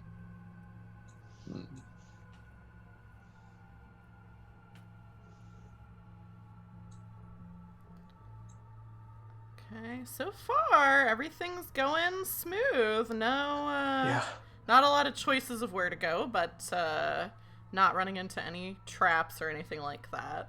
I think it's just getting colder and colder the further you get into this hedge maze. Let's see. Okay, I think Ghost has revealed the first choice really on this maze. Which you should be able to see. directly in front of you is a wall, but above there's a way down, and below there's a way down. And you can split up if you want. Like, if you want to split up from each other and go different directions, you can. If you want to stay all together, you can. That's up to you. What do you guys think? As a hero, I think we should always do the right thing. So let's go right. I was asking Sound more enough if we logic? should stay together or... Oh, Okay, we're going right. That's fine. This is cool. I think maybe we should stick together. Okay. A hero should always do the right thing. So go right. You have another choice. Do you want to stick with your go right option, or do you want to go to the left this time? 3 lefts also make a right. Very That made quickly, no like, sense. Impeccable logic, but I can let What anyone sort else of stick. weird backwards cowboy logic is this? yeah, I think you stood at Dr. Wen was like, a left then. All right. You understood that? Okay, so this whole corridor is revealed. So you have more choices yet again. Is that the next square? Is that go down? Is that where? Yes. So you can on Okay. either side there's options to go down, or to the left hand side there's an option to go up. Well, Arcane West says 3 lefts, so I guess it's another left. Cool. And you find a dead end. Oh. Ghost, you reveal since you stepped over. Sorry. here. No, you're fine. I accidentally moved the wrong way. Well, I'll reveal it anyway. It's Okay, it's that's not fine. a dead end, but it's another choice. You can go left or right up there. I'm afraid we're out of luck this direction. Maybe we should try the one up here where it also has a direction we can go. You know, I human like that. words. Yeah, let me reveal this for Ghost. And you can go down on the left-hand side, or you can go down on the right-hand side. Would you guys like to go left or right? Yes or no? Like, one option, please. Do not use any sort of weird colloquialisms or anything like that. I will try, but no guarantees. Okay.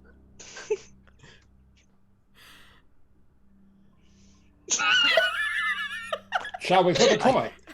He's trying so hard. You can see the steam coming out of his ears. Go ahead. And then I think I'll go left. That Okay. makes sense. Okay. Let me do this. Gotta Just complete the 2 quietly, lefts. it's like, yeah, I gotta keep trying those lefts. Only one direction to go from here. Arcane, Guess are I'll you keep, continuing? Yeah, so there's not really a choice to make. I'll just... Cool. And then I'll reveal this. I'm a little bit scared. Oof. Seems like this might be the wrong choice. Yeah. Let's see. And she'll I quote think we've here. committed to it now. Cool. You reveal You were another brave little- and didn't use any colloquialisms, so we're going your way. I anyone, did try. anyone Much who doesn't obliged. give a weird reason. The bar is so low. The bar is so low. Still just one way to go. Alright, let's reveal this little area. So you do have 2 options. You can go to the left or you can go to the right. What do you say, chaps? Is it continue on left or are we back to right? You can do it. I'm very proud of you. You resisted for the first part. You can make your weird little similes. It's okay. The sun, the sun sets in the west. In Arcane West, we'll go to the west. I guess. To the left. Yeah, we'll just like left is west. Map rules. Very good. You have one direction. I'll move you there. I love that band. Yeah, One Direction. Harry Styles appears. My biggest nemesis. Yeah, everyone roll initiative. No. Okay, we've got just one little tiny corridor. I'm just having so much fun just revealing these little spaces. Also, hello, Jolt Phoenix with the raid. Welcome in, Raiders. We are playing a tabletop game, even though probably right now it doesn't really look like it. The players are in a maze right now, so we're revealing the areas of the maze. But hello. If one of the mods some of us are having a tough time. Shout out to Jeweled Phoenix, I'd appreciate that. Arcane West, are you gonna keep going the one direction? Yep. All right.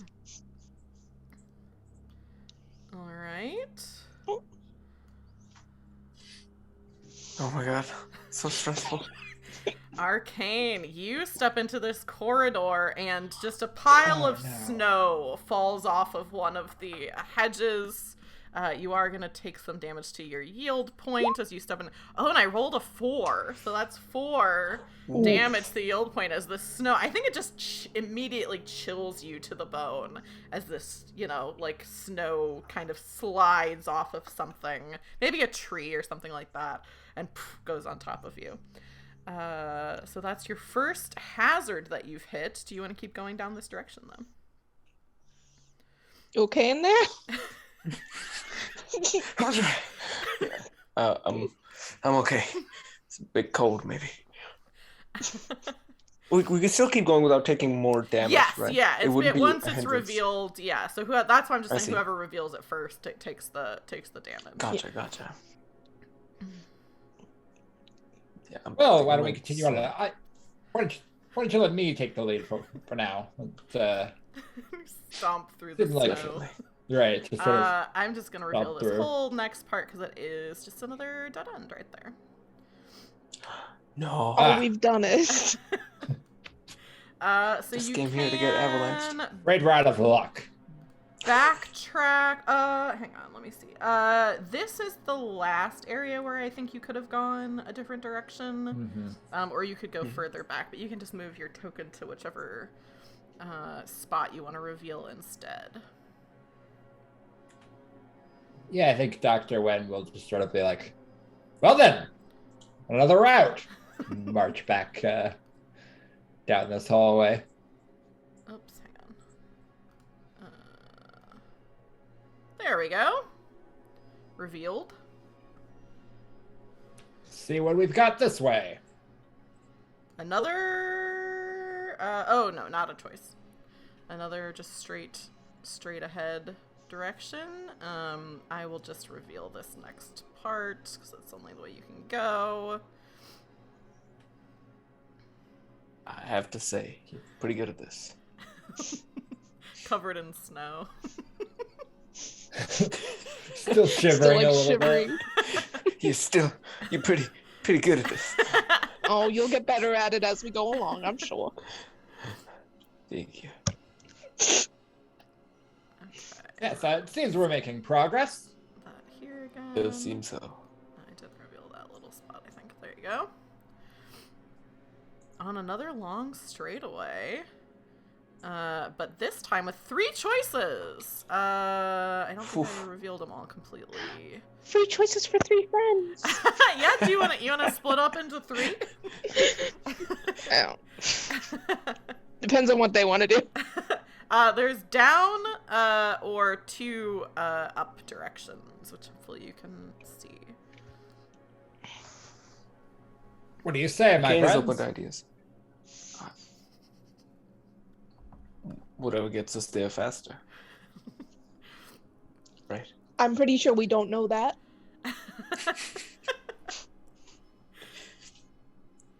Well, if we split up, one of us will get there faster, but it does leave the other 2 stranded. If you want to You roll, make a good point. Maybe your power as just a skill check if you kind of want to leave it up to chance for like, you know, maybe it'll help you, maybe it'll send you in the wrong direction. If somebody wants to roll power, I could give you some insight. Or maybe I'll tell you the wrong direction. I think Dr. Wen can do that if he's at the front. Sure, can do that. Yeah, go ahead and roll me power. Or not power, sorry, impact. Impact. Oh, okay. Or, I guess, Yeah, or impact. power if you think it would fit, like, your power ability. Impact I am better at. 13. 13. So, you know, generally the thing with mazes, like, since you're trying to get to, like, like, the end of the maze to get to a certain place, I'll just say usually with mazes like this, you know the general way you're trying to go is down, like, map-wise. So, you know, it could, of course, be like a double blind. It could lead you the wrong way. But down does seem like generally a good direction to go in as opposed to further up, which is back, you know, seemingly back the way you came. Yeah, I think that's the thought process kind of going through Dr. Wen's head. Just sort of like, well, we've got nothing else to go on. Oops, hang on, I need to click this again. That is why you're the All right, doctor. you are the doctor. You're the smartest one out of us. So. Yeah. Along straightaway. And I'll just reveal this March little down area. that. Dr. Wen just like keeps like, he'll like put a hand under his helmet, just like peer out, occasionally pull down his goggles. They don't help, but you know. The They're impact just- inhibit his vision. Right. It's They're like that just doesn't help, goggles. puts them back up on the helmet. Yeah. It's not gonna do any good here in the maze. I think Yeah, we it looks just- like this is the only way to go. Yes. Another only one way to go. I'll just assume Dr. Wen's taken the lead on the one ways unless someone else says otherwise. Yeah, sounds good. So I think that's Yeah, only I one think- way. That's only one way. This is only one way. And Dr. Wen, you uncover some supplies that seem to be stashed here. Oh. You are already at full yield points. But I'll say if you wanna help out your friend Arcane West, give him some of these supplies Looking that are pretty- stashed Pretty here. cool. Maybe a blanket. Maybe there's like. I was just gonna say, is yeah. it just like a blanket? Like, oh, can it be mittens? Yes.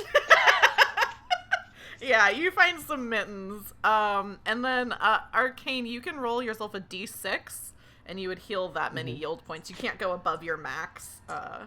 Yeah. But hopefully. Fingers Here you crossed. go, Another chap. one. I think these will help. Thank you kindly, doctor. Another one, please. Oh no! Oh wow. Definitely jinxed myself there. Oh no. Yeah, well, you do heal, you know, it makes sense. Mittens don't normally have any sort of supernatural healing powers, but you know, you need those fingers for your gun, Yeah. so that's Yeah, good. keep those nice and toasty. Okay, so I'll say Dr. Wen's still leading the way. We'll reveal this next that'd be cool. section, which only goes one way. We'll reveal this next section, which only goes one way. And then this next section goes two ways, but Dr. Wen, do you have an idea for what hazard you come across that does some damage as you're going through this hedge maze? If you don't, I can come up with something. Wait, is that on this path? I thought it was on the. It's not on this path, I don't it's think. not on this path. You're right. Oh. Oh, thank You God. narrowly, because of where it is, I didn't quite see the wall there. Good eye. Okay, well then, spoilers. You don't know what's Yes, over there. thank you. Hide that again. We So honestly you're, we never don't really mind. know how we would get there. You see a flash Yeah, of no, 'cause we another both see- timeline in which you were injured in this hedge maze. Nice. And you Love that. realize that you narrowly avoided It is just like Dr. Wen walking into like one of the bushes, just taking a wrong turn because he had the goggles down and he couldn't see properly. And in this timeline, one either Arcane West or Ghost just like lift the goggles up from behind. Yeah, the You're just, power like, of friendship. At the last second, just like, oh, Ghost not gets that way. kind of fed up with it. Yes, you do have 2 directions that you could go in. So let me know which one you want to take. Any thoughts? Either of you? I'm not the best at navigating. I'll leave this Oh, you to were the doing two of you. great. Don't sell yourself short. Yeah. She feels bad that you got frozen out. Well, would you want to take the lead, Ghost? Sure. And she'll, let's go right this time. Go over here. Okay, this area, alright. You have kind of 2 ways. There's not something separating it, but there's like a Y. Actually, I'll just reveal this whole thing so you can kind of see how it splits up. There's left and right again. All right. Our biggest enemy. You're... Arcane, give me some sort of cowboy wisdom. This is like It's growing on me. Just being like, It's growing on me. What do your Never elf eyes? squat. What do your cowboy eyes see? Never squat with your spurs on. Means we gotta go upwards. On the right. Both directions are up, I believe. upwards Hey, you on want a the cowboy right. wisdom? That's how a that's cowboy cowboy. stands. Up and to the right. Upwards and on the right. Oh, this is also revealed. So you would see that, and I'll just do the same thing until there's a choice. I'll just assume that Ghost is in the lead for now. Yeah. So there's still no choice there, but I think here there is a choice. Now I have to be careful to see where the walls are, so I'm not. So now you can either go up or down. Okay. So do we want to go up now? Do we follow that cowboy wisdom? I say yes. Might as well. Cool. You go. Oops, I don't do the whole thing. You go the up option. And let's say there's another little healing spot. Arcane. What warm article of clothing do you think you all find this time? A big fur coat. Full fur. Beanie. Full fur coat. Well, I don't have to use it yet. Wizard cowboy hat. Go ahead and roll a Perfect. d6 again, Rosh, to see what hit points you get back. And I guess that'll determine whether it's a full fur coat or whether it's a beanie. Hey! You got yourself a Hey, full that's fur better. coat. Nice. It's got to be a long. It has to look kind of like a fur duster, A fur right? duster, yeah. It's a I cowboy thought you meant coat, like but a it's mink fur. coat. Yeah. I was like, damn, he's like fancy. Cool. Is Ghost still taking the lead, or does somebody else want to take Yeah, over sure. the next section? Okay, so Ghost, we got this little area, and then we got this. It's still just only one way you can go. This is only one way you can go.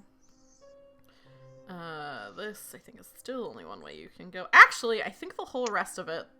I'm just gonna reveal the rest of it, because I actually think there's only... Oh, no, there's one... I'm just gonna reveal the whole rest of it. There's a tiny dead end. But I'll just reveal the rest of it. You do, as you're coming to the entrance, you do find this little thing here. There were 2 different exits that I put in.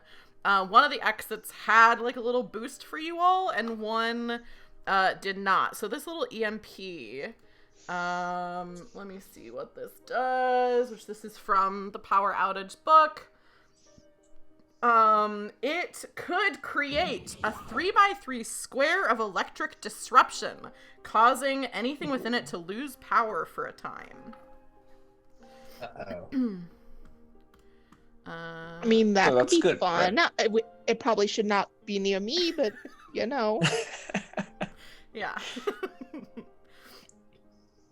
It's a bit big to just. I think it's also it's smaller. You can carry it. Yeah. I think that's when just you have for like spatial clarity so powers, can can't see you like it. shrink it or something? I can't shrink it, but I think I could move it. There we go.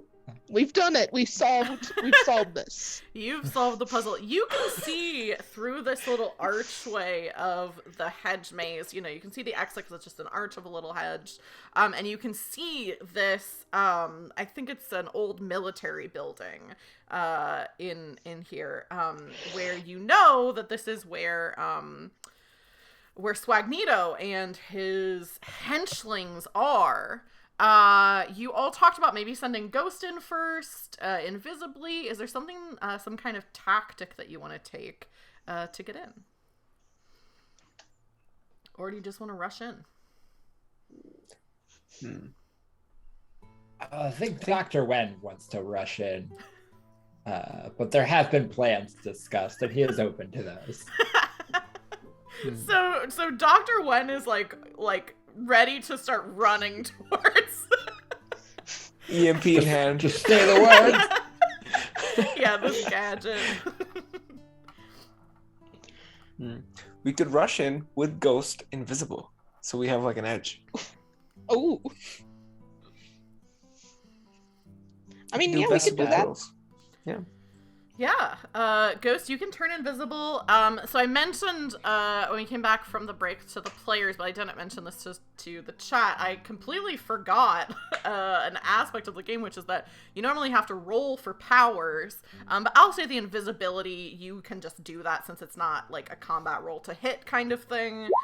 So you turn invisible, and you're all just rushing in.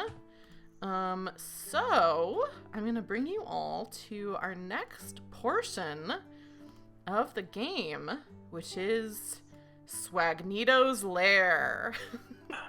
You should be able to move your tokens. Let me know if you can't. Mm-hmm.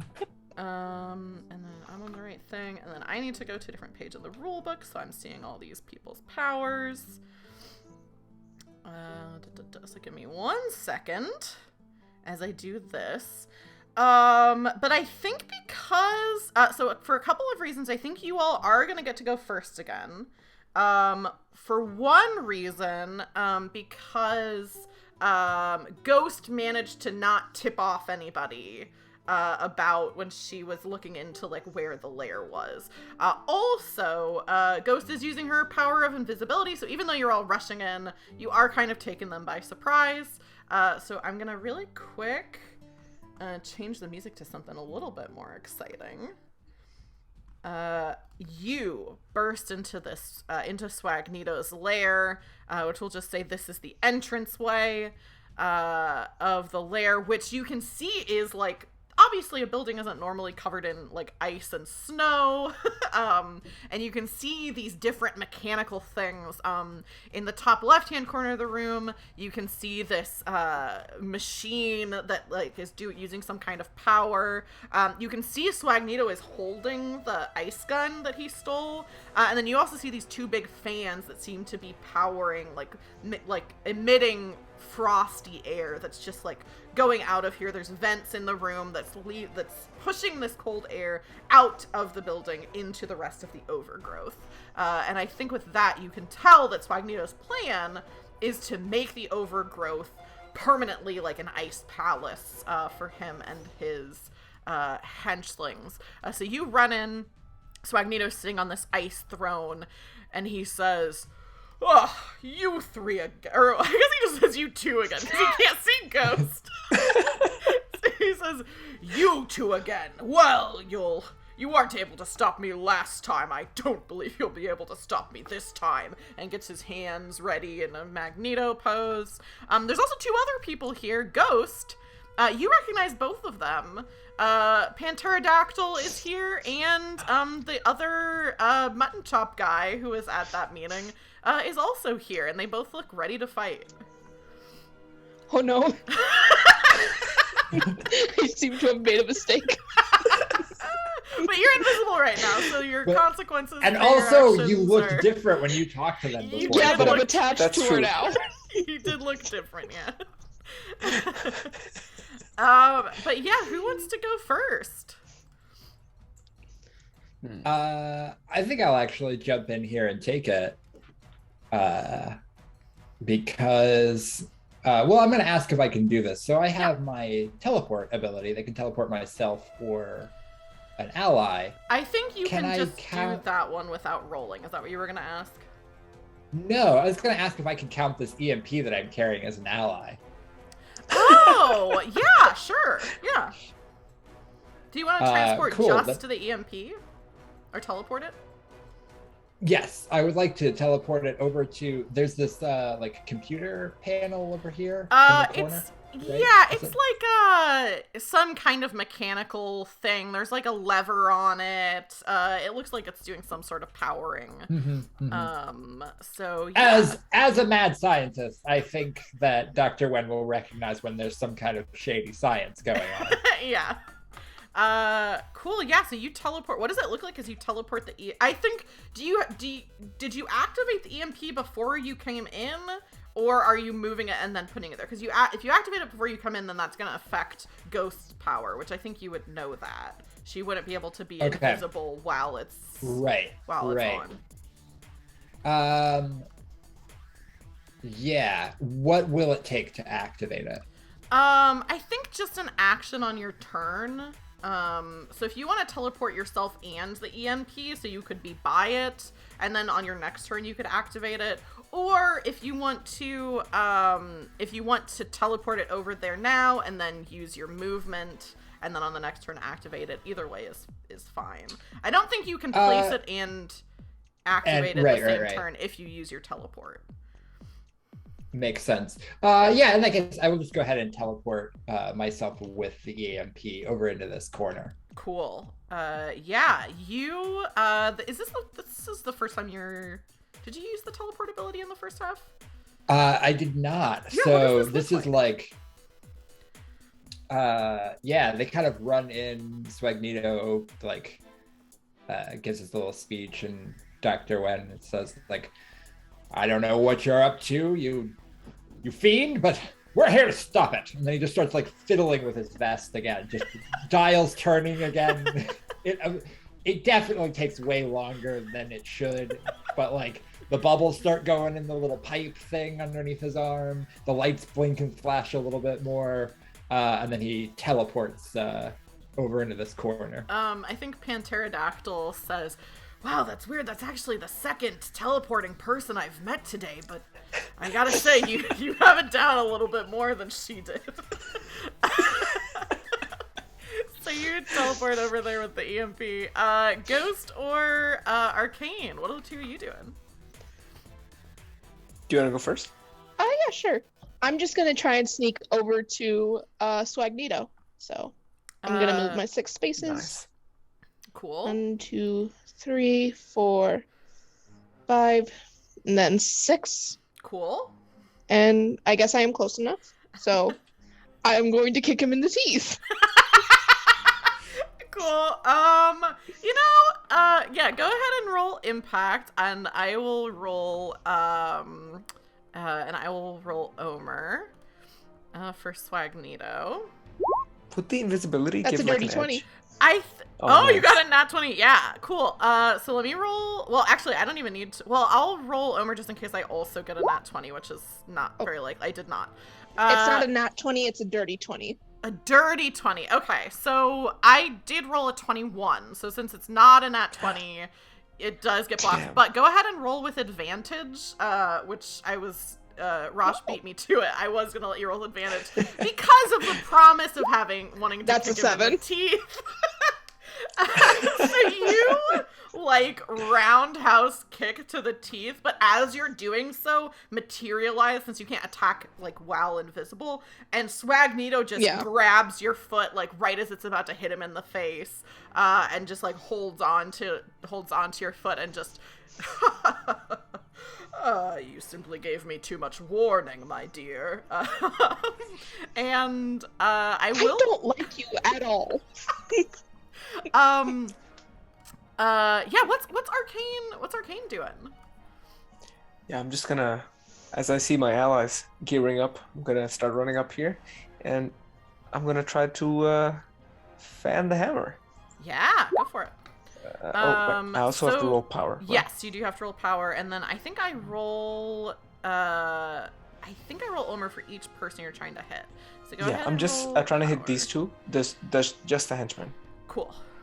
Let me roll Omer. Oof! Yikes. Okay. Okay, it's not gonna hit Mutton Chops. Let me roll for Pantera. Omer. For some reason, every time I roll, it's rolling twice, which I'm not really sure why it's doing that. Oh no, it's not rolling twice. Okay. Neither of those are gonna hit them. 19 and 16 to your 9. So yeah, but what does it look like as you immediately jump in with your magic wand / guns and miss these 2 henchlings? Yeah, I'm just gonna do kind of like a little maneuver so I can grab both the guns easily, both the wands easily, draw them, and it's like 2 streaks of blue, like going towards each of them, like 1 each.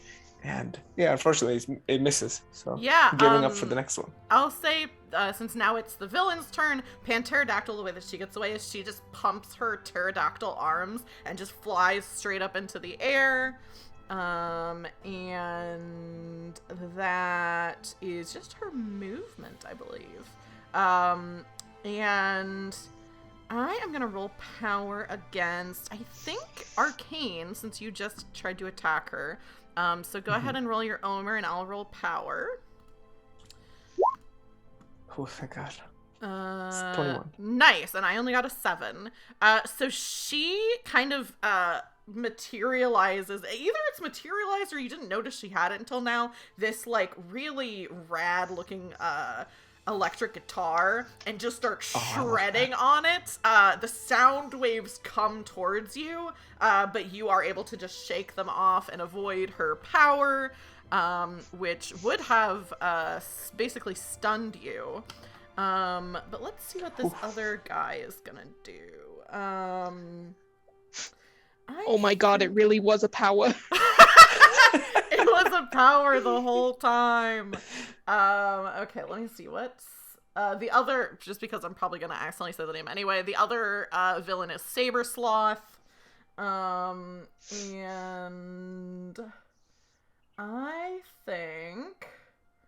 I think he kind of just looks at you and says, "Oh, now come on, you don't have to do that." And he's gonna use his ability called Too Cute.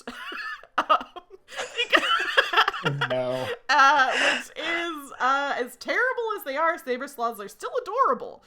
Heroes take a -2 to attack rolls, much like their cuteness. This power is irresistible, no attack roll necessary. So I don't roll anything, this just happens, and whoever tries to attack saber sloth is going to take a -2 to that roll. That's his move. And then, so Swagneto, again, I'm just saying these abilities because they're so fun. The way that the game has the stat blocks for the enemies and for the villains is that there's like a lesser form and a greater form. So for Swagneto, previously you fought his less empowered form, which in the game is called Bit of Fastbender. And then for his more powered form, he's full-on McKellen. So you're facing full-on McKellen right now. He is going to... let's see. Let's do this one. I'm gonna roll attack against... It's all heroes in range. Let me see who's in range. I think everyone's in range of him. Yes. Definitely yes. Yes. Okay, so you're all in range. Go ahead and all roll me Omer. And I'll have him roll power. And I think he rolls individually against you. Yeah, roll against each hero. So first I'm going to roll against... Who's first in chat? I'm going to roll against Ghost first for this power attack.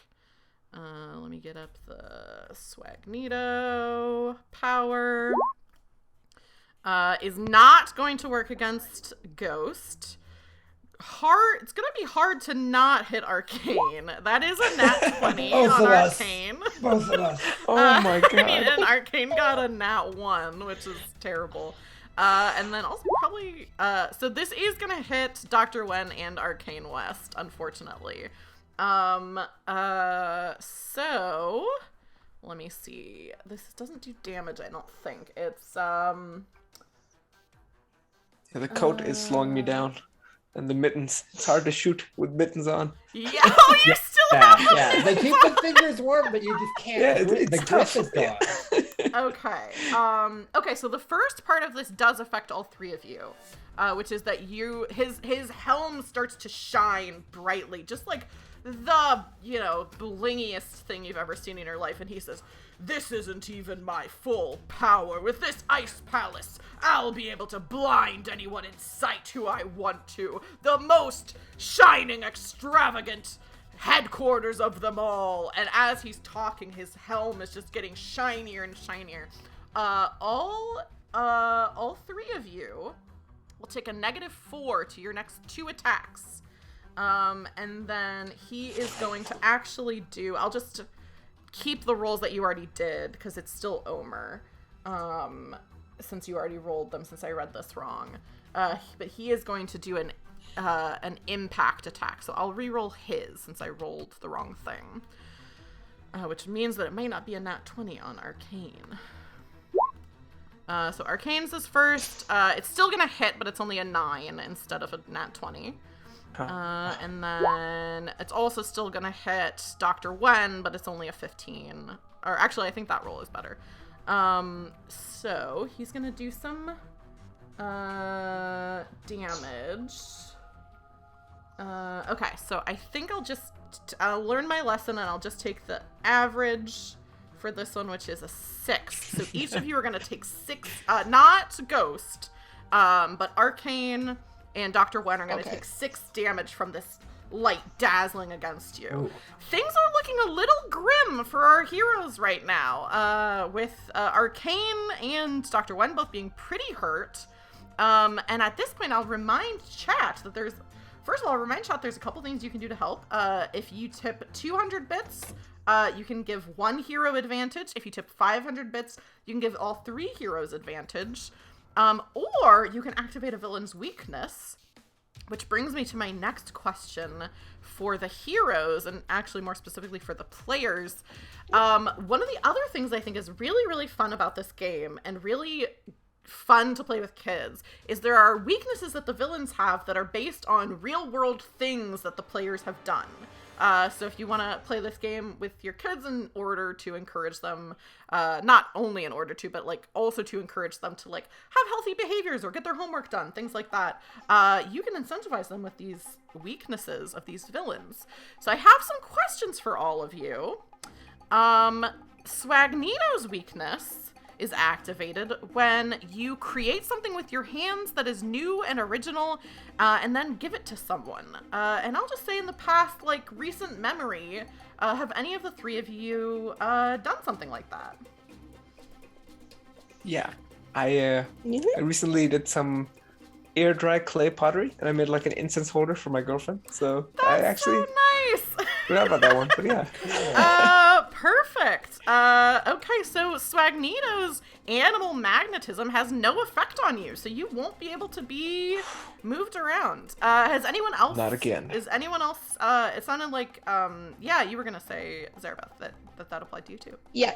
I am currently working on a portrait to give to my older sister. Nice. So. Yeah, I think that cute. fits in. So yeah, the animal magnetism will also have no effect on Ghost.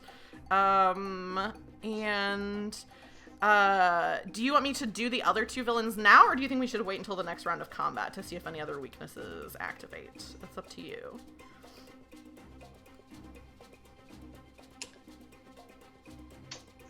Yeah, I mean, that feels more like a your choice thing. I'll just do the other one so I don't forget. Because if we wait until next round, I might forget. So I will let you know. Panterodactyl's weakness. If you take an opportunity to give a listen to music from a genre or source you're unfamiliar with, that activates Panterodactyl's weakness. Have any of you recently listened to music that's new to you? Yeah. A couple different new genres recently. Yeah, cool. do you have any recommendations from anything? You don't. I'm putting you on the spot. You don't have to have any. But... Yeah. Oh, yeah. That. Yeah. A very cool artist. They do some like Americana folk. The Reverend Marigold. Nice. I think is their name. Very cool stuff. Yeah, Pterodactyl is like playing her instrument, and the power of Americana. She looks at Dr. Wen and is just thinking about like Americana music, which is very much not her vibe. And her pterodactyl wings falter. I don't know how she was playing guitar while she has pterodactyl arm wings anyway. I don't know exactly how that was working. But they falter and she falls to the ground. She will not have her flying ability for right now. And that is goes back to all the villains took their turns. I'm going to leave one of these weaknesses up for grabs in case anybody in chat wants to, toss some bits our way. But you do have Swagneto and Pterodactyl activated some weaknesses. For the heroes team, do you want to keep the same order you were doing, or do you want to mix it up a little bit? No, that sounds good. We can keep the order. Dr. Wen, you are up first. Yeah. What? I'm going to use my action to activate this EMP. Yeah. What is there just like a big on switch? Yeah, I think there's just a big on switch. Okay. I Dr. Wen is just sort of like, well, I don't quite know how this works, but I do understand a power switch. And just like flip it, and then just like take off running over here towards very cool. This guy over here. Yeah, you just hear a as this kind of like energy goes out for the EMP. It's definitely switches off this little thing that you sent it next to. Oops, I'm doing the wrong thing. Let me see how far. I think it was a 3x3 square. So let me see. 1, 2. If you set it here, I don't think it can reach this and something else. Okay, so that goes off. And you hear, like, the mechanical sounds of this thing that was, like, generating a lot of cold power down. The room is still, however, icy, and these fans are still going. So you get the feeling that if you can take out the 2 fans, you'll have foiled the plan. And you did just take out one piece of, like, the 3 things that you can do. If you want to communicate that to your teammates, feel free. Or if you think Dr. One's just going to keep it moving, that's cool, too. No, I think he'll let them clue them in. That does it for one of these machines, but the fans, we've got to get the fans. Swagneto, sorry, says, no, not the fans. My loyal fans. But my fans. How dare you attack my fans? They support me through thick and thin. I think Ghost was next. You're still in front of Swagneto. Is there? What do you want to do in your turn? Yeah, she's just gonna try and keep hitting him. She is frustrated that the first one did not go through. Keep trying to kick him in the teeth. Cool. Go ahead and roll your impact, and I will roll my Omer, which I don't even know for sure if I'm saying that right. If it's Omer. Oh, it's definitely Omer. Oops, damn. I rolled the wrong thing. That's in that one. Oh no. Okay, well he definitely succeeds on blocking it. Here's what I think happens within that one. I think he, like, so he already was holding your foot. I'll say you go for, like, a punch since he's holding it, and just, instead of you landing the punch, he just kind of does the thing where he twists your leg and throws you backwards. So you're not going to take damage from that, but you are going to get thrown back here to Arcane West as he just like the whole momentum of everything uses your own momentum against you and pushes you back. You do still have movement if you want to move someplace else, since that 2 feet was, not part of your movement, just something that happened to you. Shoot.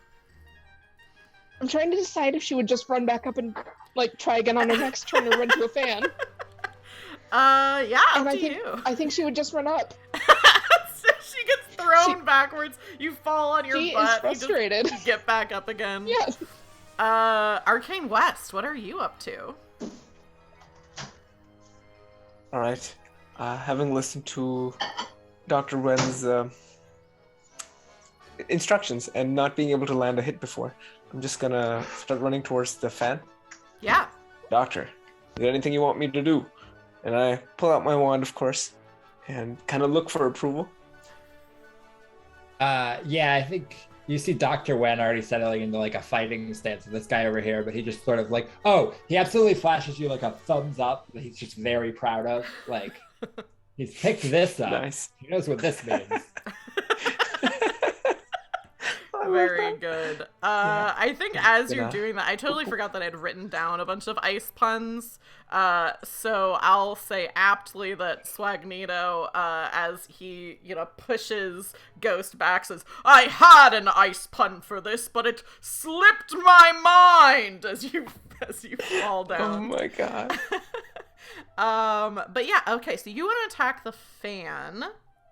Yeah. So for this, I don't have like hit points for the fan, so I think go ahead and roll impact. Alright. And I'll let you know how it goes. That's 13.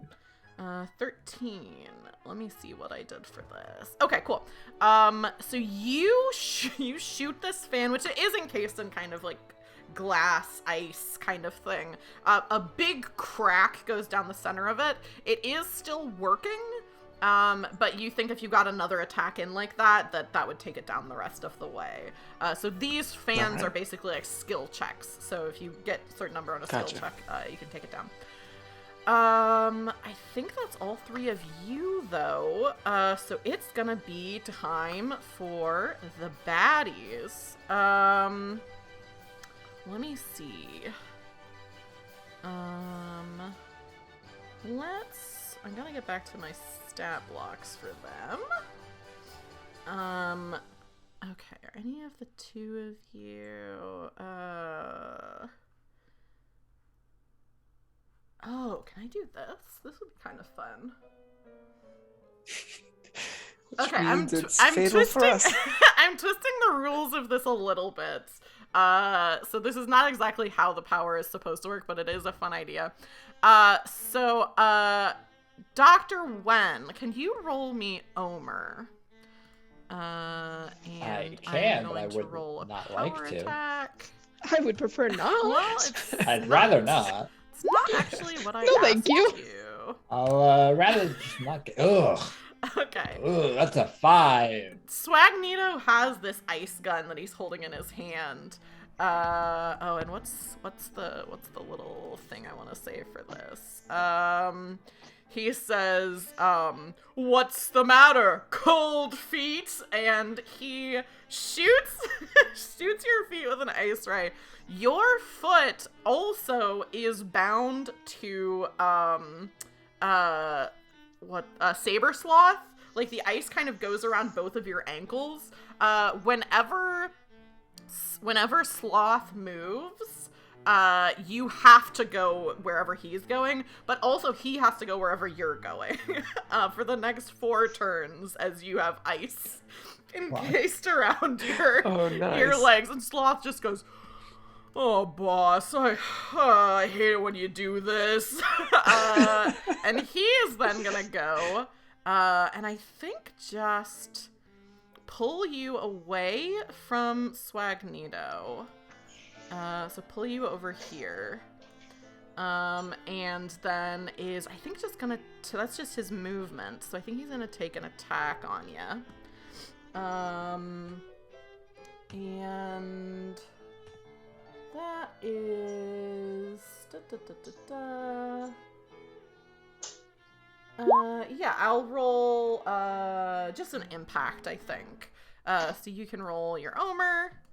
And I'll roll. I did, and I got a 4. Oh, no. Which means my last 3 defense rolls have been a 4, a 5, and a 5. Terrible. Okay, let me roll impact.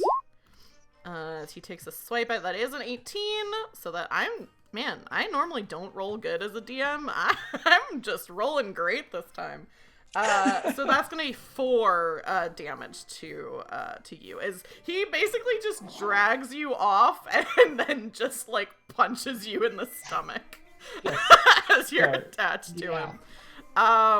Panterodactyl is on the ground. Can she use her thing again? Yes, she can.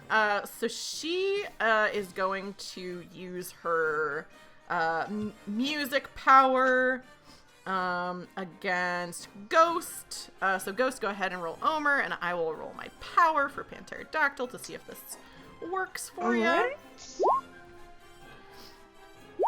That is a 10. That actually does not hit. She did not. She rolled an 8. So again, she sends this. Now that she's not flying, it makes more sense that she can play her. Maybe that's why she was ground. Maybe that's why she can't fly, because she decides she really wants to play this instrument. So she sends a wave of sonic energy She wants to towards focus. you. Yeah. But it does not do anything to you. What do you think it looks like as Ghost is just not affected by this attack? I think she has like this really cool sonic energy wave just kind of floats through her, and Ghost, doing her first pun, she's broken down by these men, goes, "What, you can't hit what you can't see?" Very good, very good. Also, B-Virus in chat says, if you miss that fan, it's really gonna blow. Which is great. Okay, so that I think is all the villains. It's back to the hero's turn. I'll just remind you of some stuff you can do. You can always, of course, use your powers in regular attacks. But because some of you are getting kind of low on yield points, there is an action that you can take that is called Encouragement. I have to scroll to find exactly where it is. But you can use your action to... I'm almost there. Yeah, I think it's like you get healing like D6 or something. Right? Yeah. Heroes all have the innate ability to restore their own or their partner's vitality in combat. So if you want to encourage yourself, you can roll a D6 to give yourself yield points. And you could also encourage one of your let me see, hang on. You can choose to encourage by rolling a D20. If you roll at or above a 10, you can restore 1d6 of yield points. So you have that. If any of you want to do it, or you can just do your regular things. You also have, like, you can energize, but you all still have all your powers, so I don't know if any of you need to do that. Mm-hmm.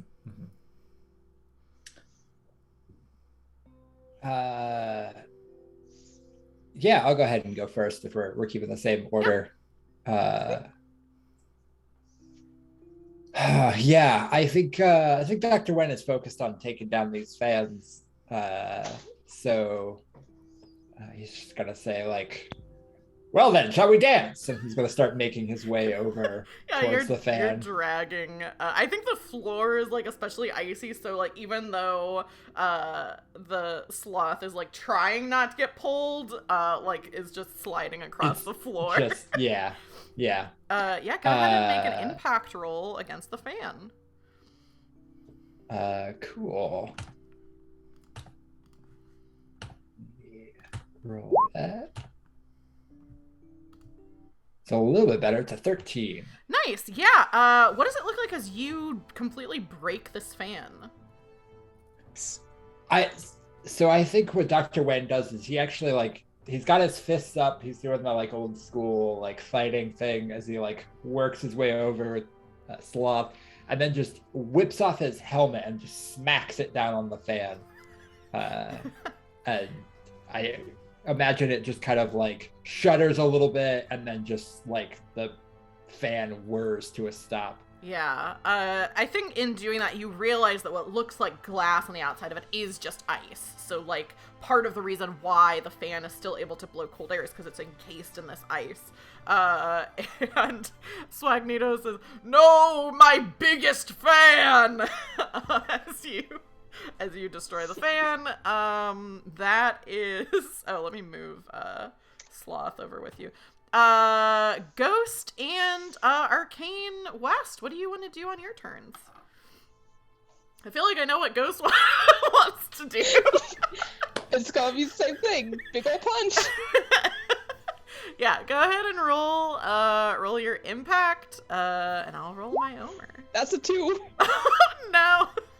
Well, let me see. I could Technically, it's +3 for 5. Yeah, I could get lower than that. Let me see. Omer.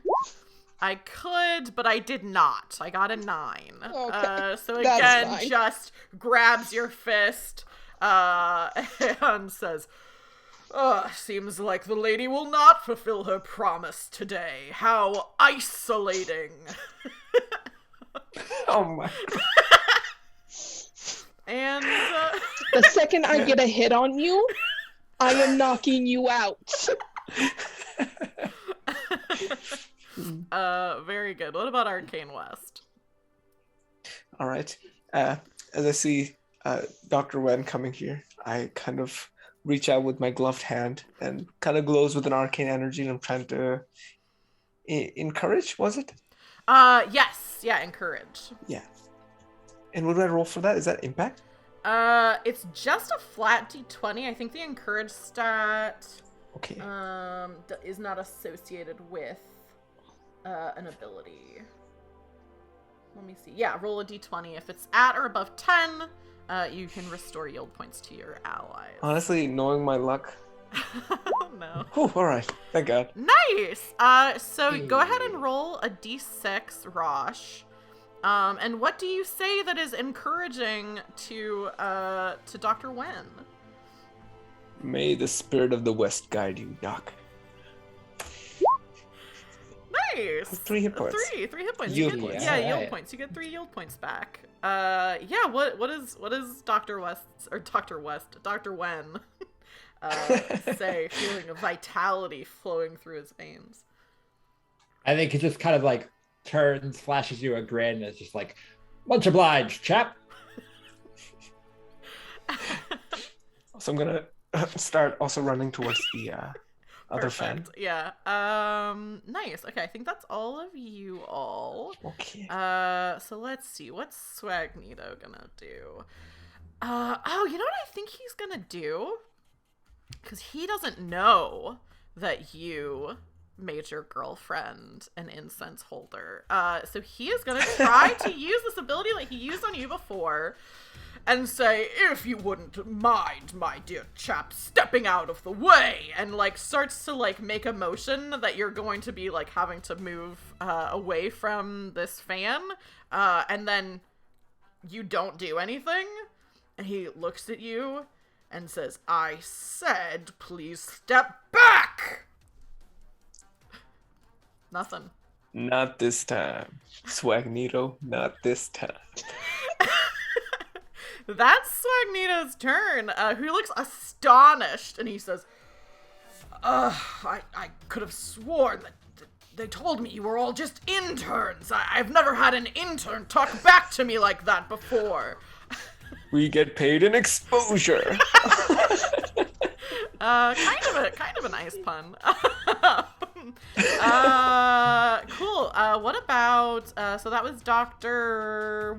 Wen. Oh no, was that all of you? I'm losing track. No, that was Swagneto's turn. Yeah, I think. You just went, Oh, yeah. Swagneto I don't know what swag. I'm doing. Okay, so then... It can be our turns again. That's fine. I don't mind. No. Where's the fun in that?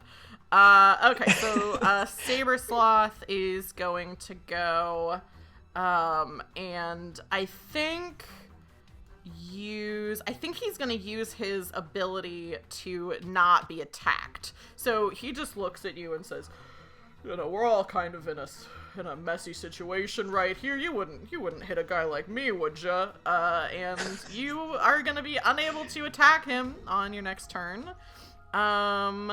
I think Panterodactyl is getting frustrated that her music has no power against any of you. She is just gonna try to do a kick. Actually, I think she's gonna try to hit Arcane West with her guitar. Since the power of music isn't working, maybe just the power of, pure impact. That's only a 10 to hit, but Arcane only rolled a 6, so she does manage to hit. Let me check how much damage she does.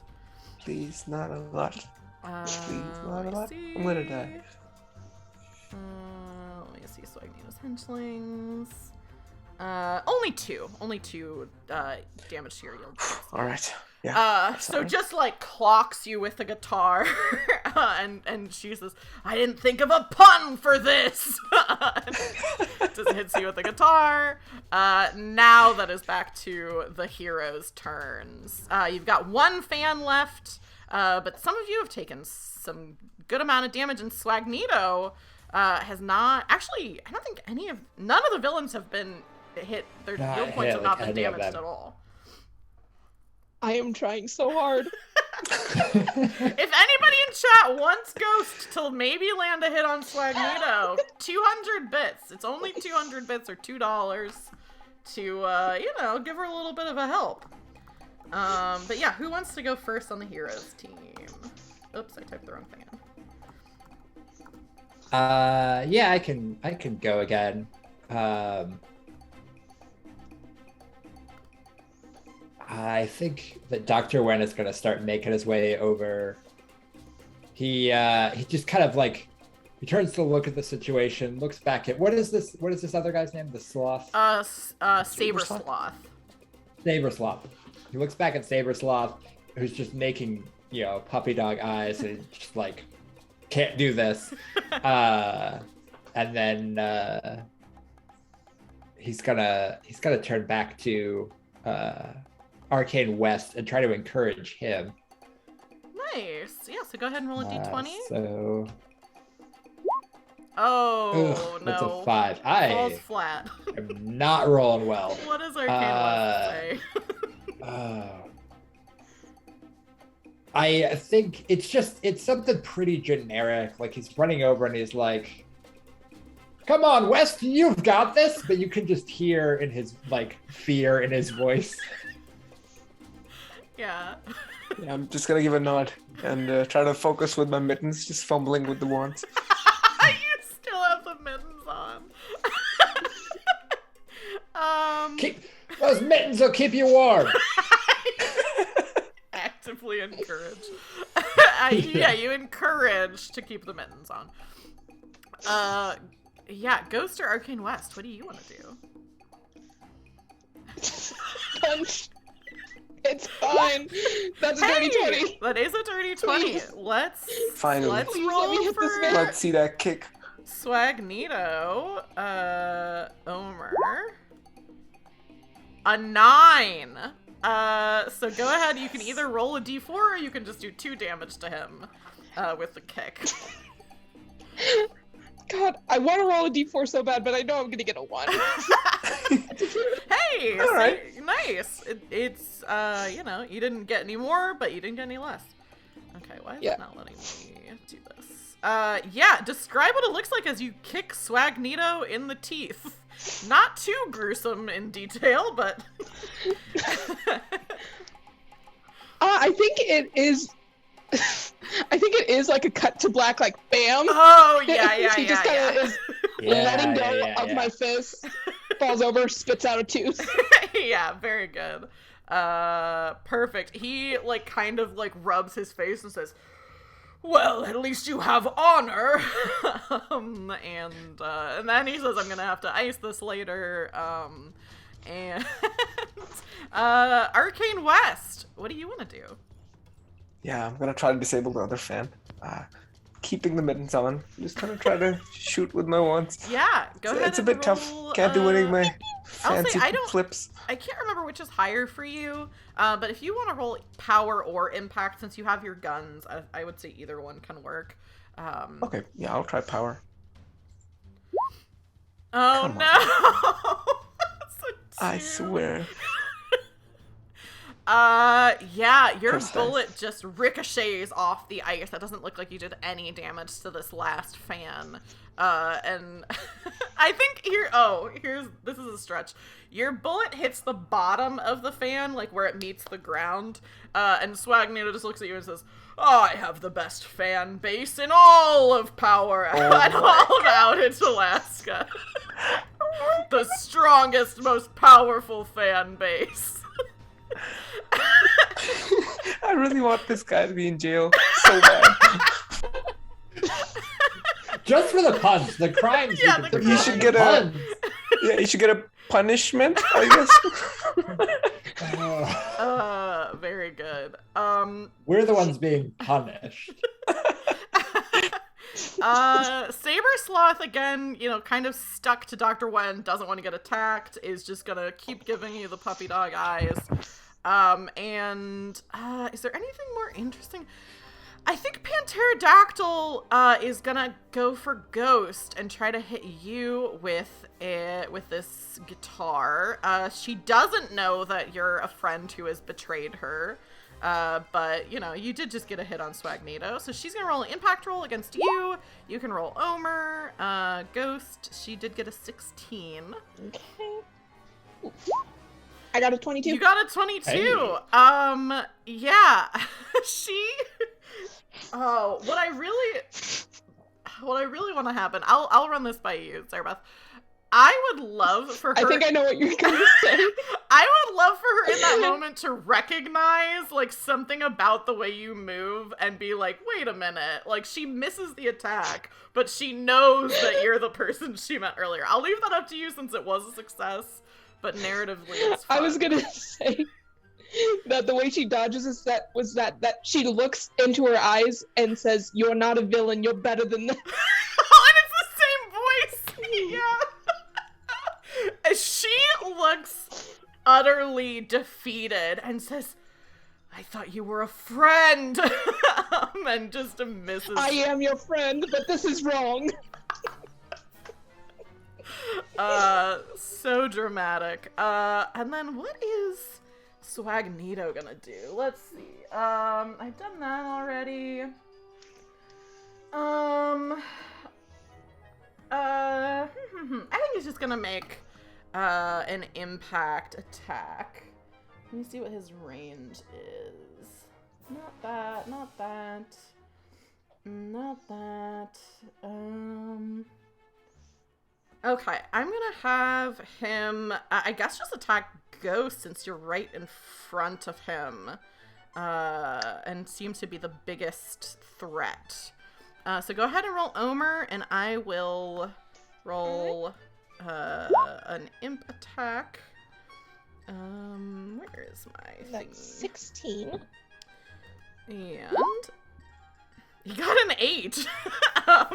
So he I'm real good at dodging. yeah, you've got two people on you, one person coming at you with a guitar, and then Swagneto, who I think tries to headbutt you with this hammer or this helmet that he has on, misses. And he says, get ready for a new ice-capade, and then misses his attack on you. That's the hero's turn again. Villains basically missed on all their attacks that round. So did most of the heroes. We've got this one fan left. What do y'all want to do? I'll Do we have go the ahead same with order? Dr. Sure, yeah. Yeah, it works for me. Dr. Wen is going to, he sees Ghost kind of in a rough spot and just starts fiddling with his vest again. And I'm going to use my time stop ability to prevent... Swagneto? Or No. Panterodactyl? Yeah, I think Panterodactyl. I'm going to stop her attack. Yeah, cool. Do I have to roll for that, or is that? You do have to that roll wrong for that, roll? and she rolls. Okay. She rolls for Omer because we did not do it correctly the first time. So you roll power. She rolls Omer. It's 13. She got a 17.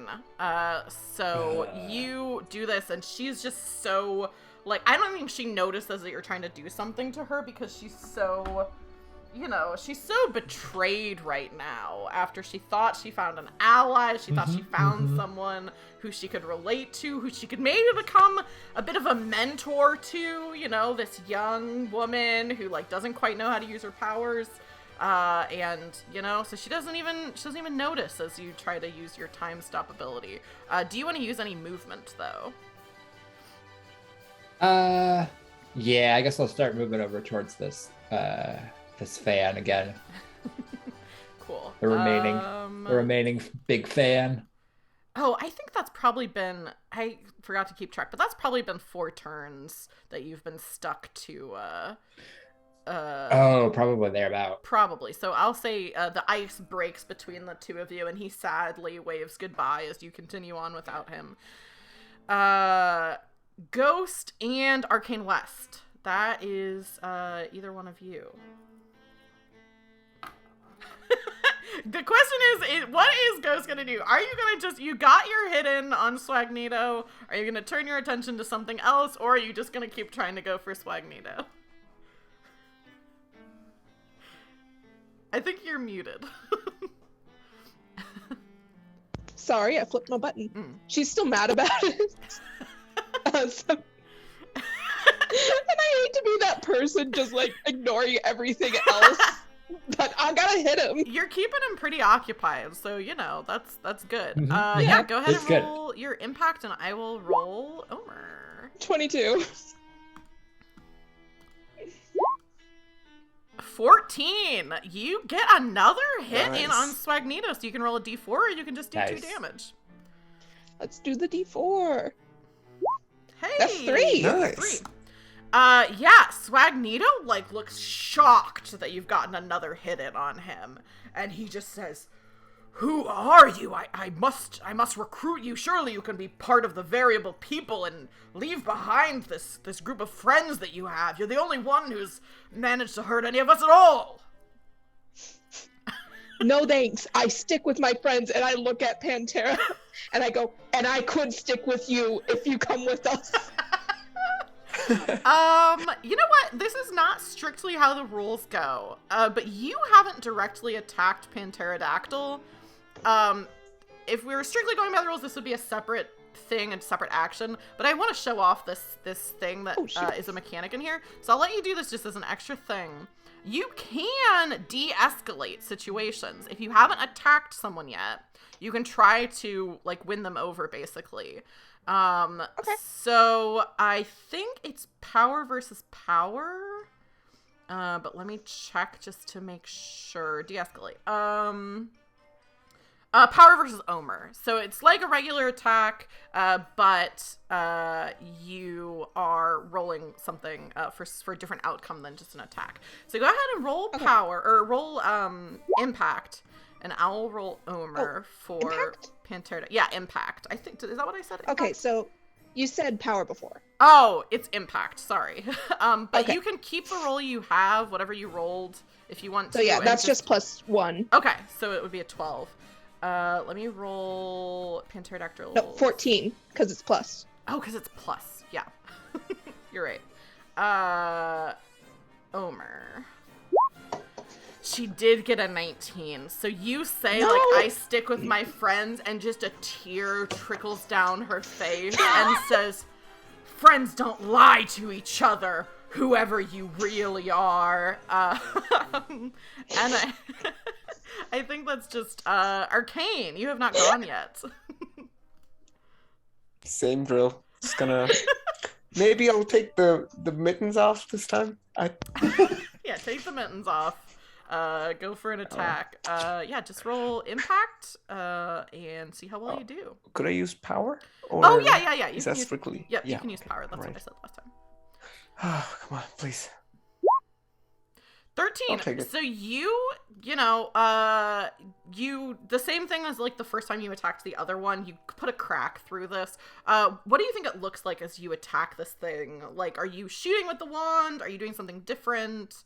What does it look like as you put a crack into this? Yeah, this time I'm gonna try to focus my arcane energy into like one gun instead. So instead of being a usual blue streak, it's kind of like a purplish streak that comes out. Instead of looking like electricity, it's kind of like just a straight line, kind of beelining towards the fan.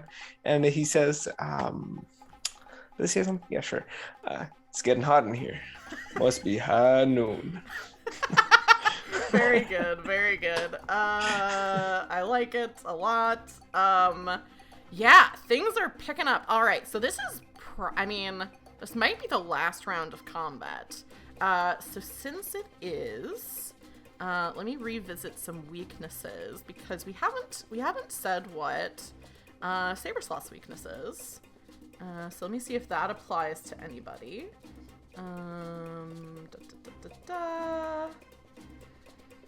Okay, so Sabersloth's weakness is take the initiative in creating your own activities and fun for yourself. And you reduce Sabersloth's yield points by 1 for each day since your last session that you don't complain of being bored. So I will say, since that's, at least for me, like, I might think that I'm bored, but I'm not necessarily going to my parents and saying, I'm bored. So I think each of you, if you've done something, take the initiative to do something to occupy yourself, something that you enjoy. Let's say in the past week, I'll reduce the yield point for Sabersloth by 1. Have any of you done something to keep yourself from being bored in the past week? I can't think of the last time I actually even had time to think I was bored. So there you go. They'll take a yield point off of yeah. Sabersloth for that. I've got to be honest. I've been saying to a lot of people that I'm bored for the past week, so I don't think that applies to me. Oh, no. I've audibly been saying, "Oh, I'm so bored." So. Oh, no. What about you, Zarabeth? Have you Yeah, been no, audibly just skip telling me. people? Oh no. Well, that's 1 yield point off. I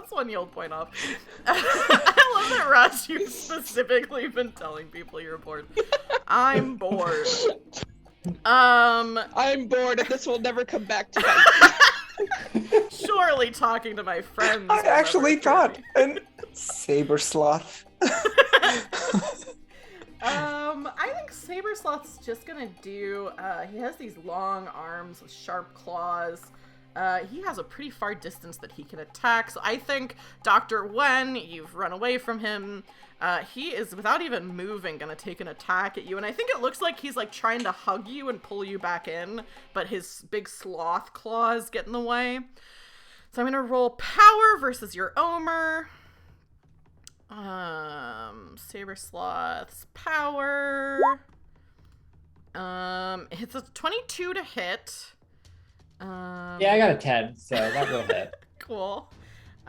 This is gonna be some damage. It's 2d6 damage. Uh-oh. That's 10 Oh, damage to yeah. your yield Oh, points. no. So what happens when Dr. Wen gets down to 0? I think you're down to 0. I can't. Yeah. Oh yeah. -5.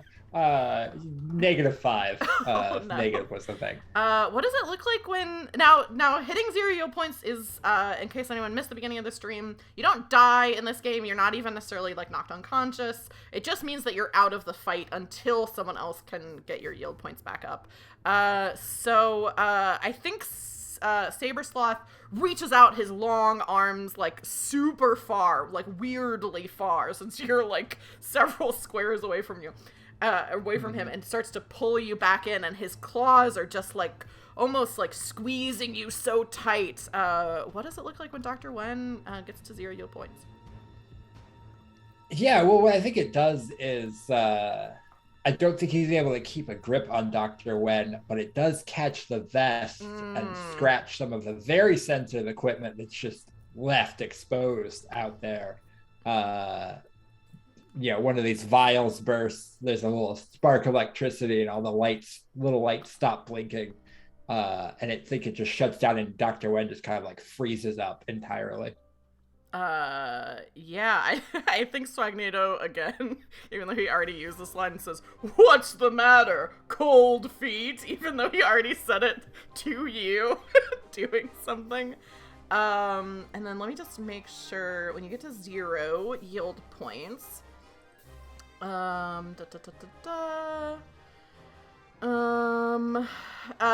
so you, I believe, can't do anything on your turn. You can't do actions, movements, anything like that. Other people can try to encourage you to bring your yield points back up, but for now, Dr. Wen is out of the fight. Swagneto is going to go for Ghost, since you two are going toe-to-toe. So he is gonna do, I think, again, probably the most interesting thing, is, let me see, does he have any other fun abilities?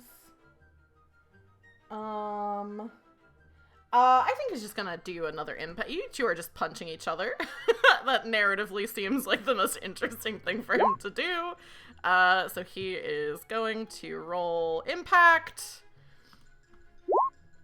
And only got an 8 against your 20, Ghost. So you have not taken a hit yet. You've landed 2 hits on Swagneto. He just cannot get a hit on you, as you two are just like punching and kicking each other.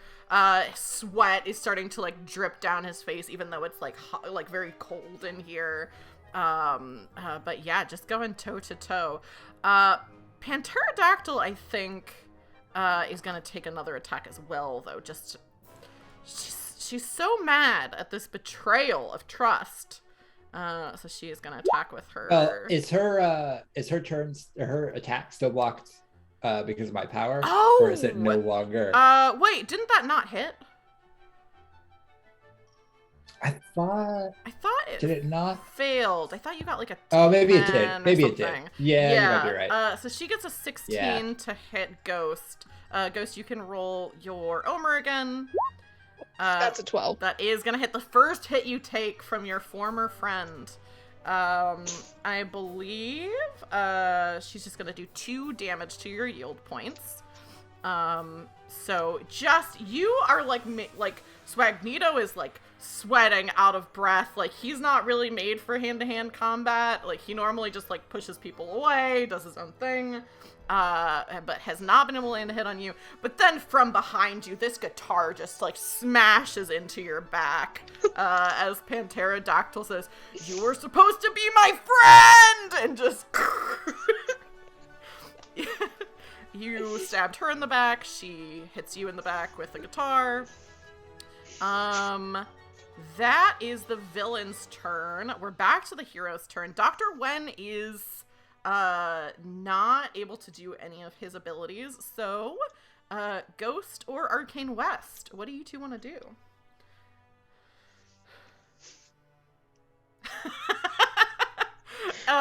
Ghost, I'll say at this point, if you kind of have the choice either to try to talk Pterodactyl down or attack Swagneto or attack the fan. Those are kind of your 3 things. I was going to try and talk Pantera down.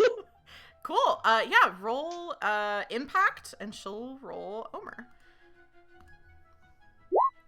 That's a dirty 20. Ooh, okay. Let's see where Omer is. A 10. She has just smashed you in the back with her guitar. You turn to her. What do you say in this moment? Pantera, listen to me. I know I made mistakes, but I truly believe that you are good. You can change. You don't have to be working for him. He is the worst. I don't know if you've noticed. I just don't like him at all. She looks You are interesting and good, and you are so cool. You are so much cooler than me.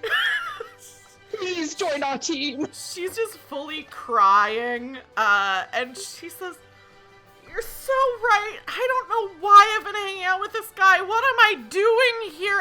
He's gig. the worst, right? I have a gig at the library in like an hour. Why am I destroying my guitar?"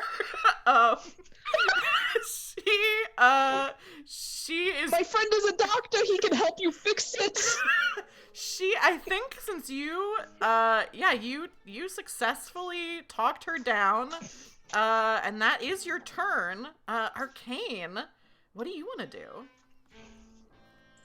Real conundrum: whether to heal Dr. Wen or take another stab at the fan. Yeah, it's a big choice. Yeah, I think Arcane would definitely heal Dr. Wen. Yeah. Just gotta take a step towards and try some magics. Yeah, roll your d20 and just hope you get a 10 or better.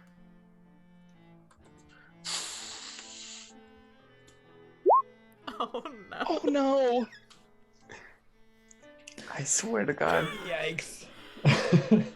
What does it Hard look dice. like as your healing magic doesn't really seem to do You know, anything? kind of makes sense because I think your vest got kind of broken, and I know nothing about technology, so I tried to blunt that's force, right. like a brute force, like magic through it, just with glowing gloves. I kind of touch stuff, try to fix some tubes, probably connect some wrong tubings. Yeah.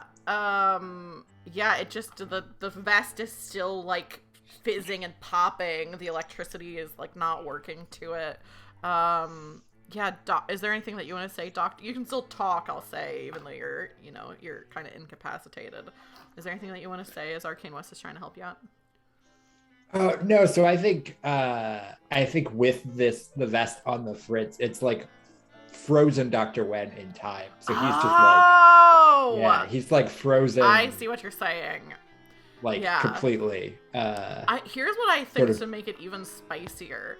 As Arcane like tries to fix your vest, Dr. Wen starts like blipping in and out of like it's like maybe he's going to another time. Like you don't really know what's going on, but it's just like he looks staticky and frozen in time and space. But here's the good news. Pterodactyl is now on your side. I think rules as written, she's supposed to go down to 0 yield points. But I'm gonna have her do something just to see what happens.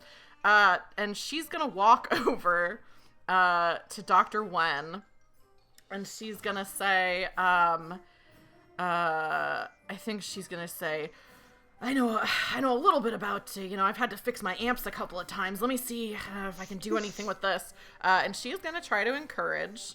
She's just going to roll a d20. I'll roll it over the table. And it's a 2.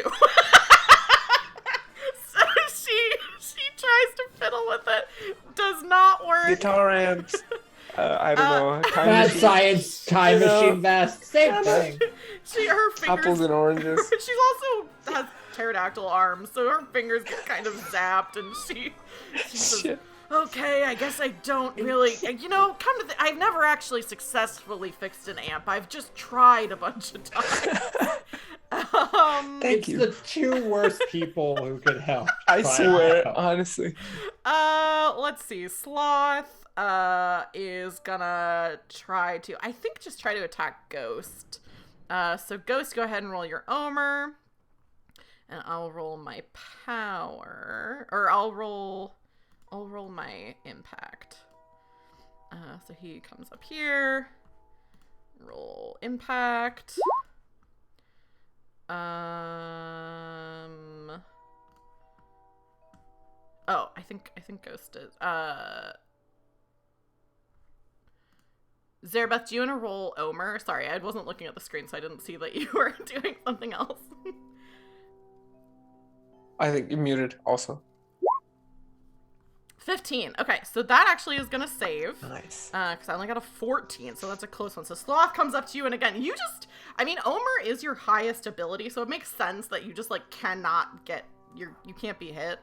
Swagneto, I think is going to push, oh wait, he can't push you back either. I think Swagneto, okay, cool, I just saw your message. He is gonna try to push Ghost back with this power that he has. It doesn't work. That's his turn. Now he knows that doesn't work for either of you. Oh, hang on one second. Actually, we're gonna go to a break screen for just 1 second, chat, at this really exciting moment. So we will be right back with the thrilling conclusion as we get our Zoom fixed. So hang on 1 second.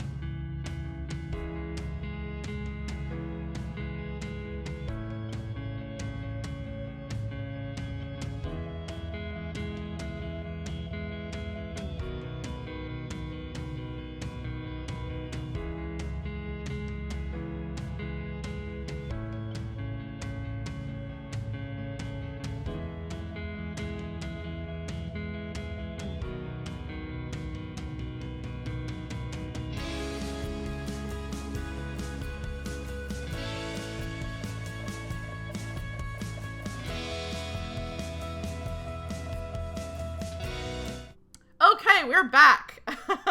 Sorry, Zoom was tripping out for a second. But we're back in the right spots.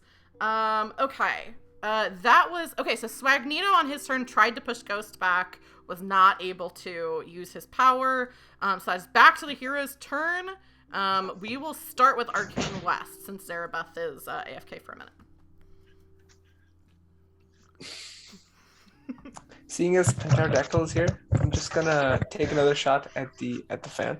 Yeah, go for it. Just roll either power or impact. Hey! Hey, sorry. West. No, you're totally fine. it happens. It's not a live stream if there's not some kind of technical difficulty or something like that. So you're totally good. But you came back just in time to hear Ross narrate how Arcane West destroys the last fan of Swagneto, effectively ending the combat. So what does this look like as you destroy this fan? Let's call you Swagneto. Yeah, frustrated by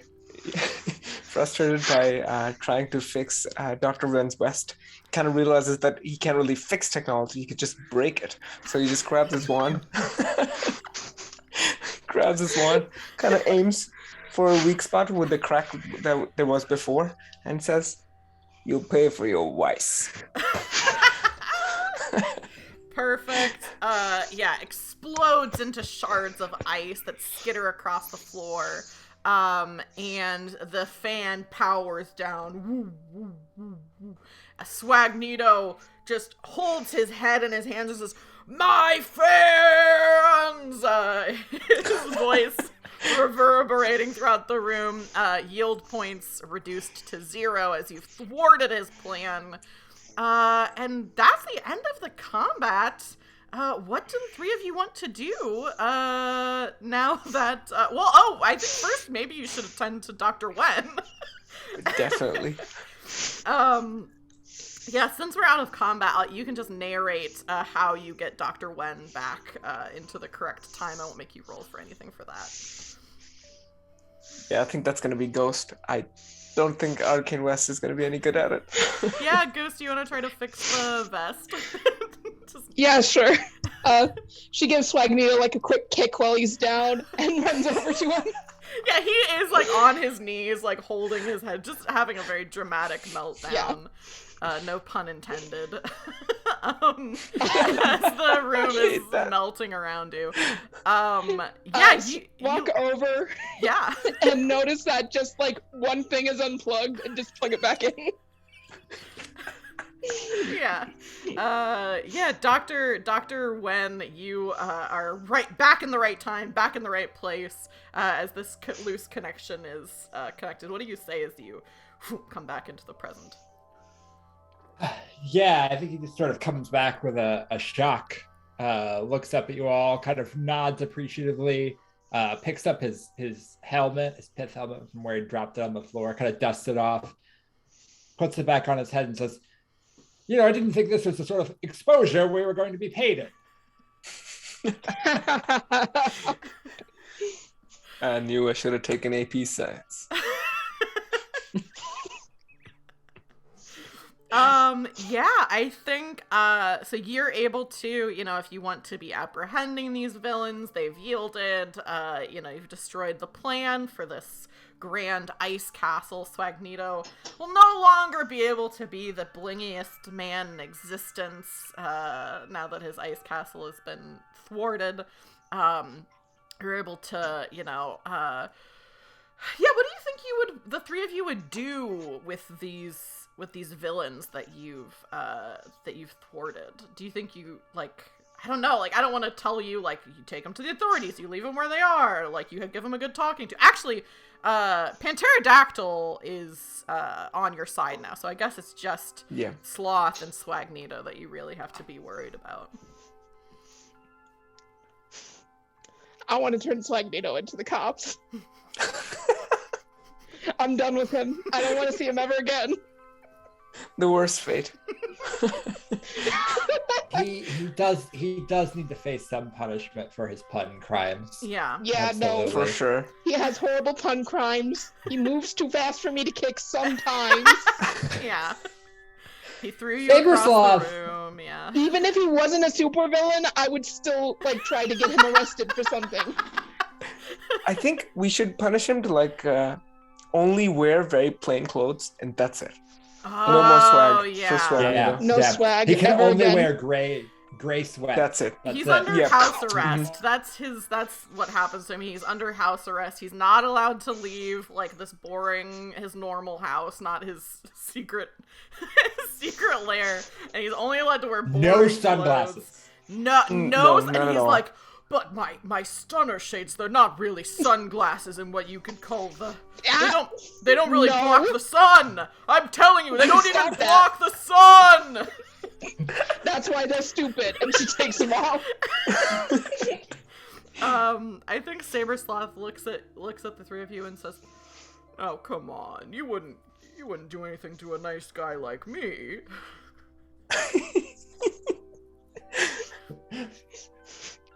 I think we're gonna. Arcane would refer to Pterodactyl. Just ask what Saber Sloth's rapport is like. Maybe see he's a nice guy. We all get wrapped up in things sometimes. I can try to. We can keep going to the meetings. I can try to rehabilitate him now that I've seen the light about, you don't need to team up with a supervillain to be accepted in society.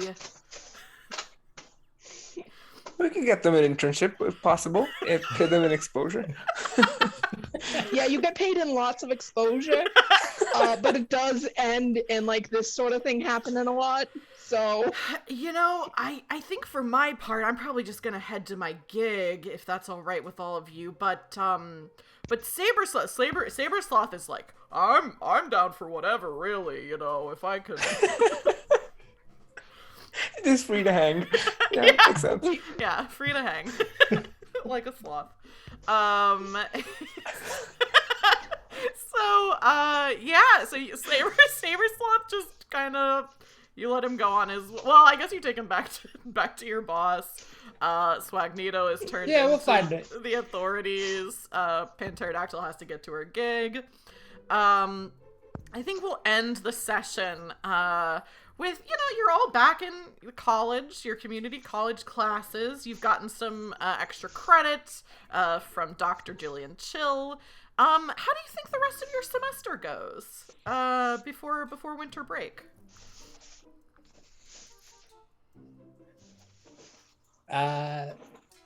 Pretty good. Less exciting, I imagine. Mm-hmm. Yeah, I imagine we would go to Pterodactyl's gigs a lot now to support her and in her absolutely. Oh yeah. in her Ghost musical is her ventures. number one fan. Is Ghost We're- running the merch table for Pterodactyl's band? Yeah, absolutely. She's volunteering wherever they need her. So yeah, no, I'll go work the merch table. Oh, you want me to go collect tickets? That's fine. And Dr. Wen got roped into doing sound. Yeah, Arcane's just doing security detail. That's it. I love We security absolutely for just do a find small a- band. Yeah. It's a slow gig, but it also only pays an exposure. Well, free tickets. Actually, we might be able to. Yeah. Yeah, tickets. We have to find a job for Sabersloth. It's got to be something like a mail room or some sort of sorting facility where you can use those long arms to just. He is very slow though, so he can reach very far. Yeah, that's why he's perfect for a mailroom. he works in the mailroom at the community college. And you know, he's very reliable. He's always to work on time. He can reach very far, and you know, he doesn't make a lot of mistakes. But it does take him, you know, 2 to 3 times longer to do anything than it does for anyone else. Yeah. Any other college activities that you all finish out your semester with? Yeah, I'm just gonna register in IT, try to get a hold of this technology thing. Yeah, you take it. You can do it. You want to learn on the job? You're resetting a lot of email passwords, but that's still, you know, you're learning. Yeah, I think the where we'll leave off is, you know, you're able to thwart Swagneto's plan of turning the undergrowth or the overgrowth into this wintry area with this ice fortress, which is really good for, you know, the native animals and things like that. That would have been horrible for the environment. But you do, I think, notice that winter, your winter break is unseasonably cold as the last little effect of Swagneto's plan. But you all succeeded, and you pass your classes. This extra, you know, what was it? Your science class that you were taking, Arcane. That extra credit really just bumped you up just enough, so you don't have to worry about taking that one again. Yeah, it was a close one. And I think that's where we'll end our session. Thank you all so much for playing, and thank you, Beamars, for sending over this game and letting us play it. It was super duper fun. I hope everybody in chat had a good time. Fantastic. I had fun. Yeah, I had a great time with these characters. And if you in the chat want to get this game for yourself, you can click the link that just popped up in chat. For Power Outage, which is, like I said, the game that we're playing right now. Let me bring us back over to that screen. Before we leave, though, let's get... Oh, people are still in the wrong spots in Zoom. How did I not notice? Hang on. I think if I just do this... There you go. You're in the right spots now. This time we'll start with Rosh. Where else can people find you? Do you have any plugs or recommendations of stuff that people should do after the stream is over? Yeah, you can find me on Twitter about the rant about Scott Summers and how he sucks. And oh no. Yeah, my handle's Rosh Spice, and that's like Posh Spice, like the Spice Girl, of course. And same thing for Instagram and Tumblr. Yeah, but I would recommend watching He-Man Master of the Universe of the Revelations. Part 2 just came out on Netflix, and it is super good. Highly recommended. Yeah, awesome. Zarabeth, what else have you got going on? Where can people find you, etc., etc.? All right, if you want to find me, I am on Instagram and Facebook. I run a small business doing traditional commissions. If you want to commission me, go ahead and DM me on either Instagram or Twitter. You can see examples of my work. Yeah. Awesome. And the link to the Twitter is in chat right now. And then, Josh, what do you want people to DM you after the stream? Yeah, you can come find me on Twitter at WildJBlue, yelling about how Scott Summers is good. Actually, more people should read X-Men comics. But because we are doing a superhero stream and a family-friendly stream, I want to plug a comic book that I think would be good for kids and adults. One of my favorite runs, Walt Simonson's run on Thor. It's an older run. It's fantastic, incredible saga. it's been a bit since I read it, so don't hold me to it being super family friendly, but it was published by Marvel in the 80s, so you couldn't get away with anything. So it is appropriate for kids while also just being a delightful run. So Awesome. check that out.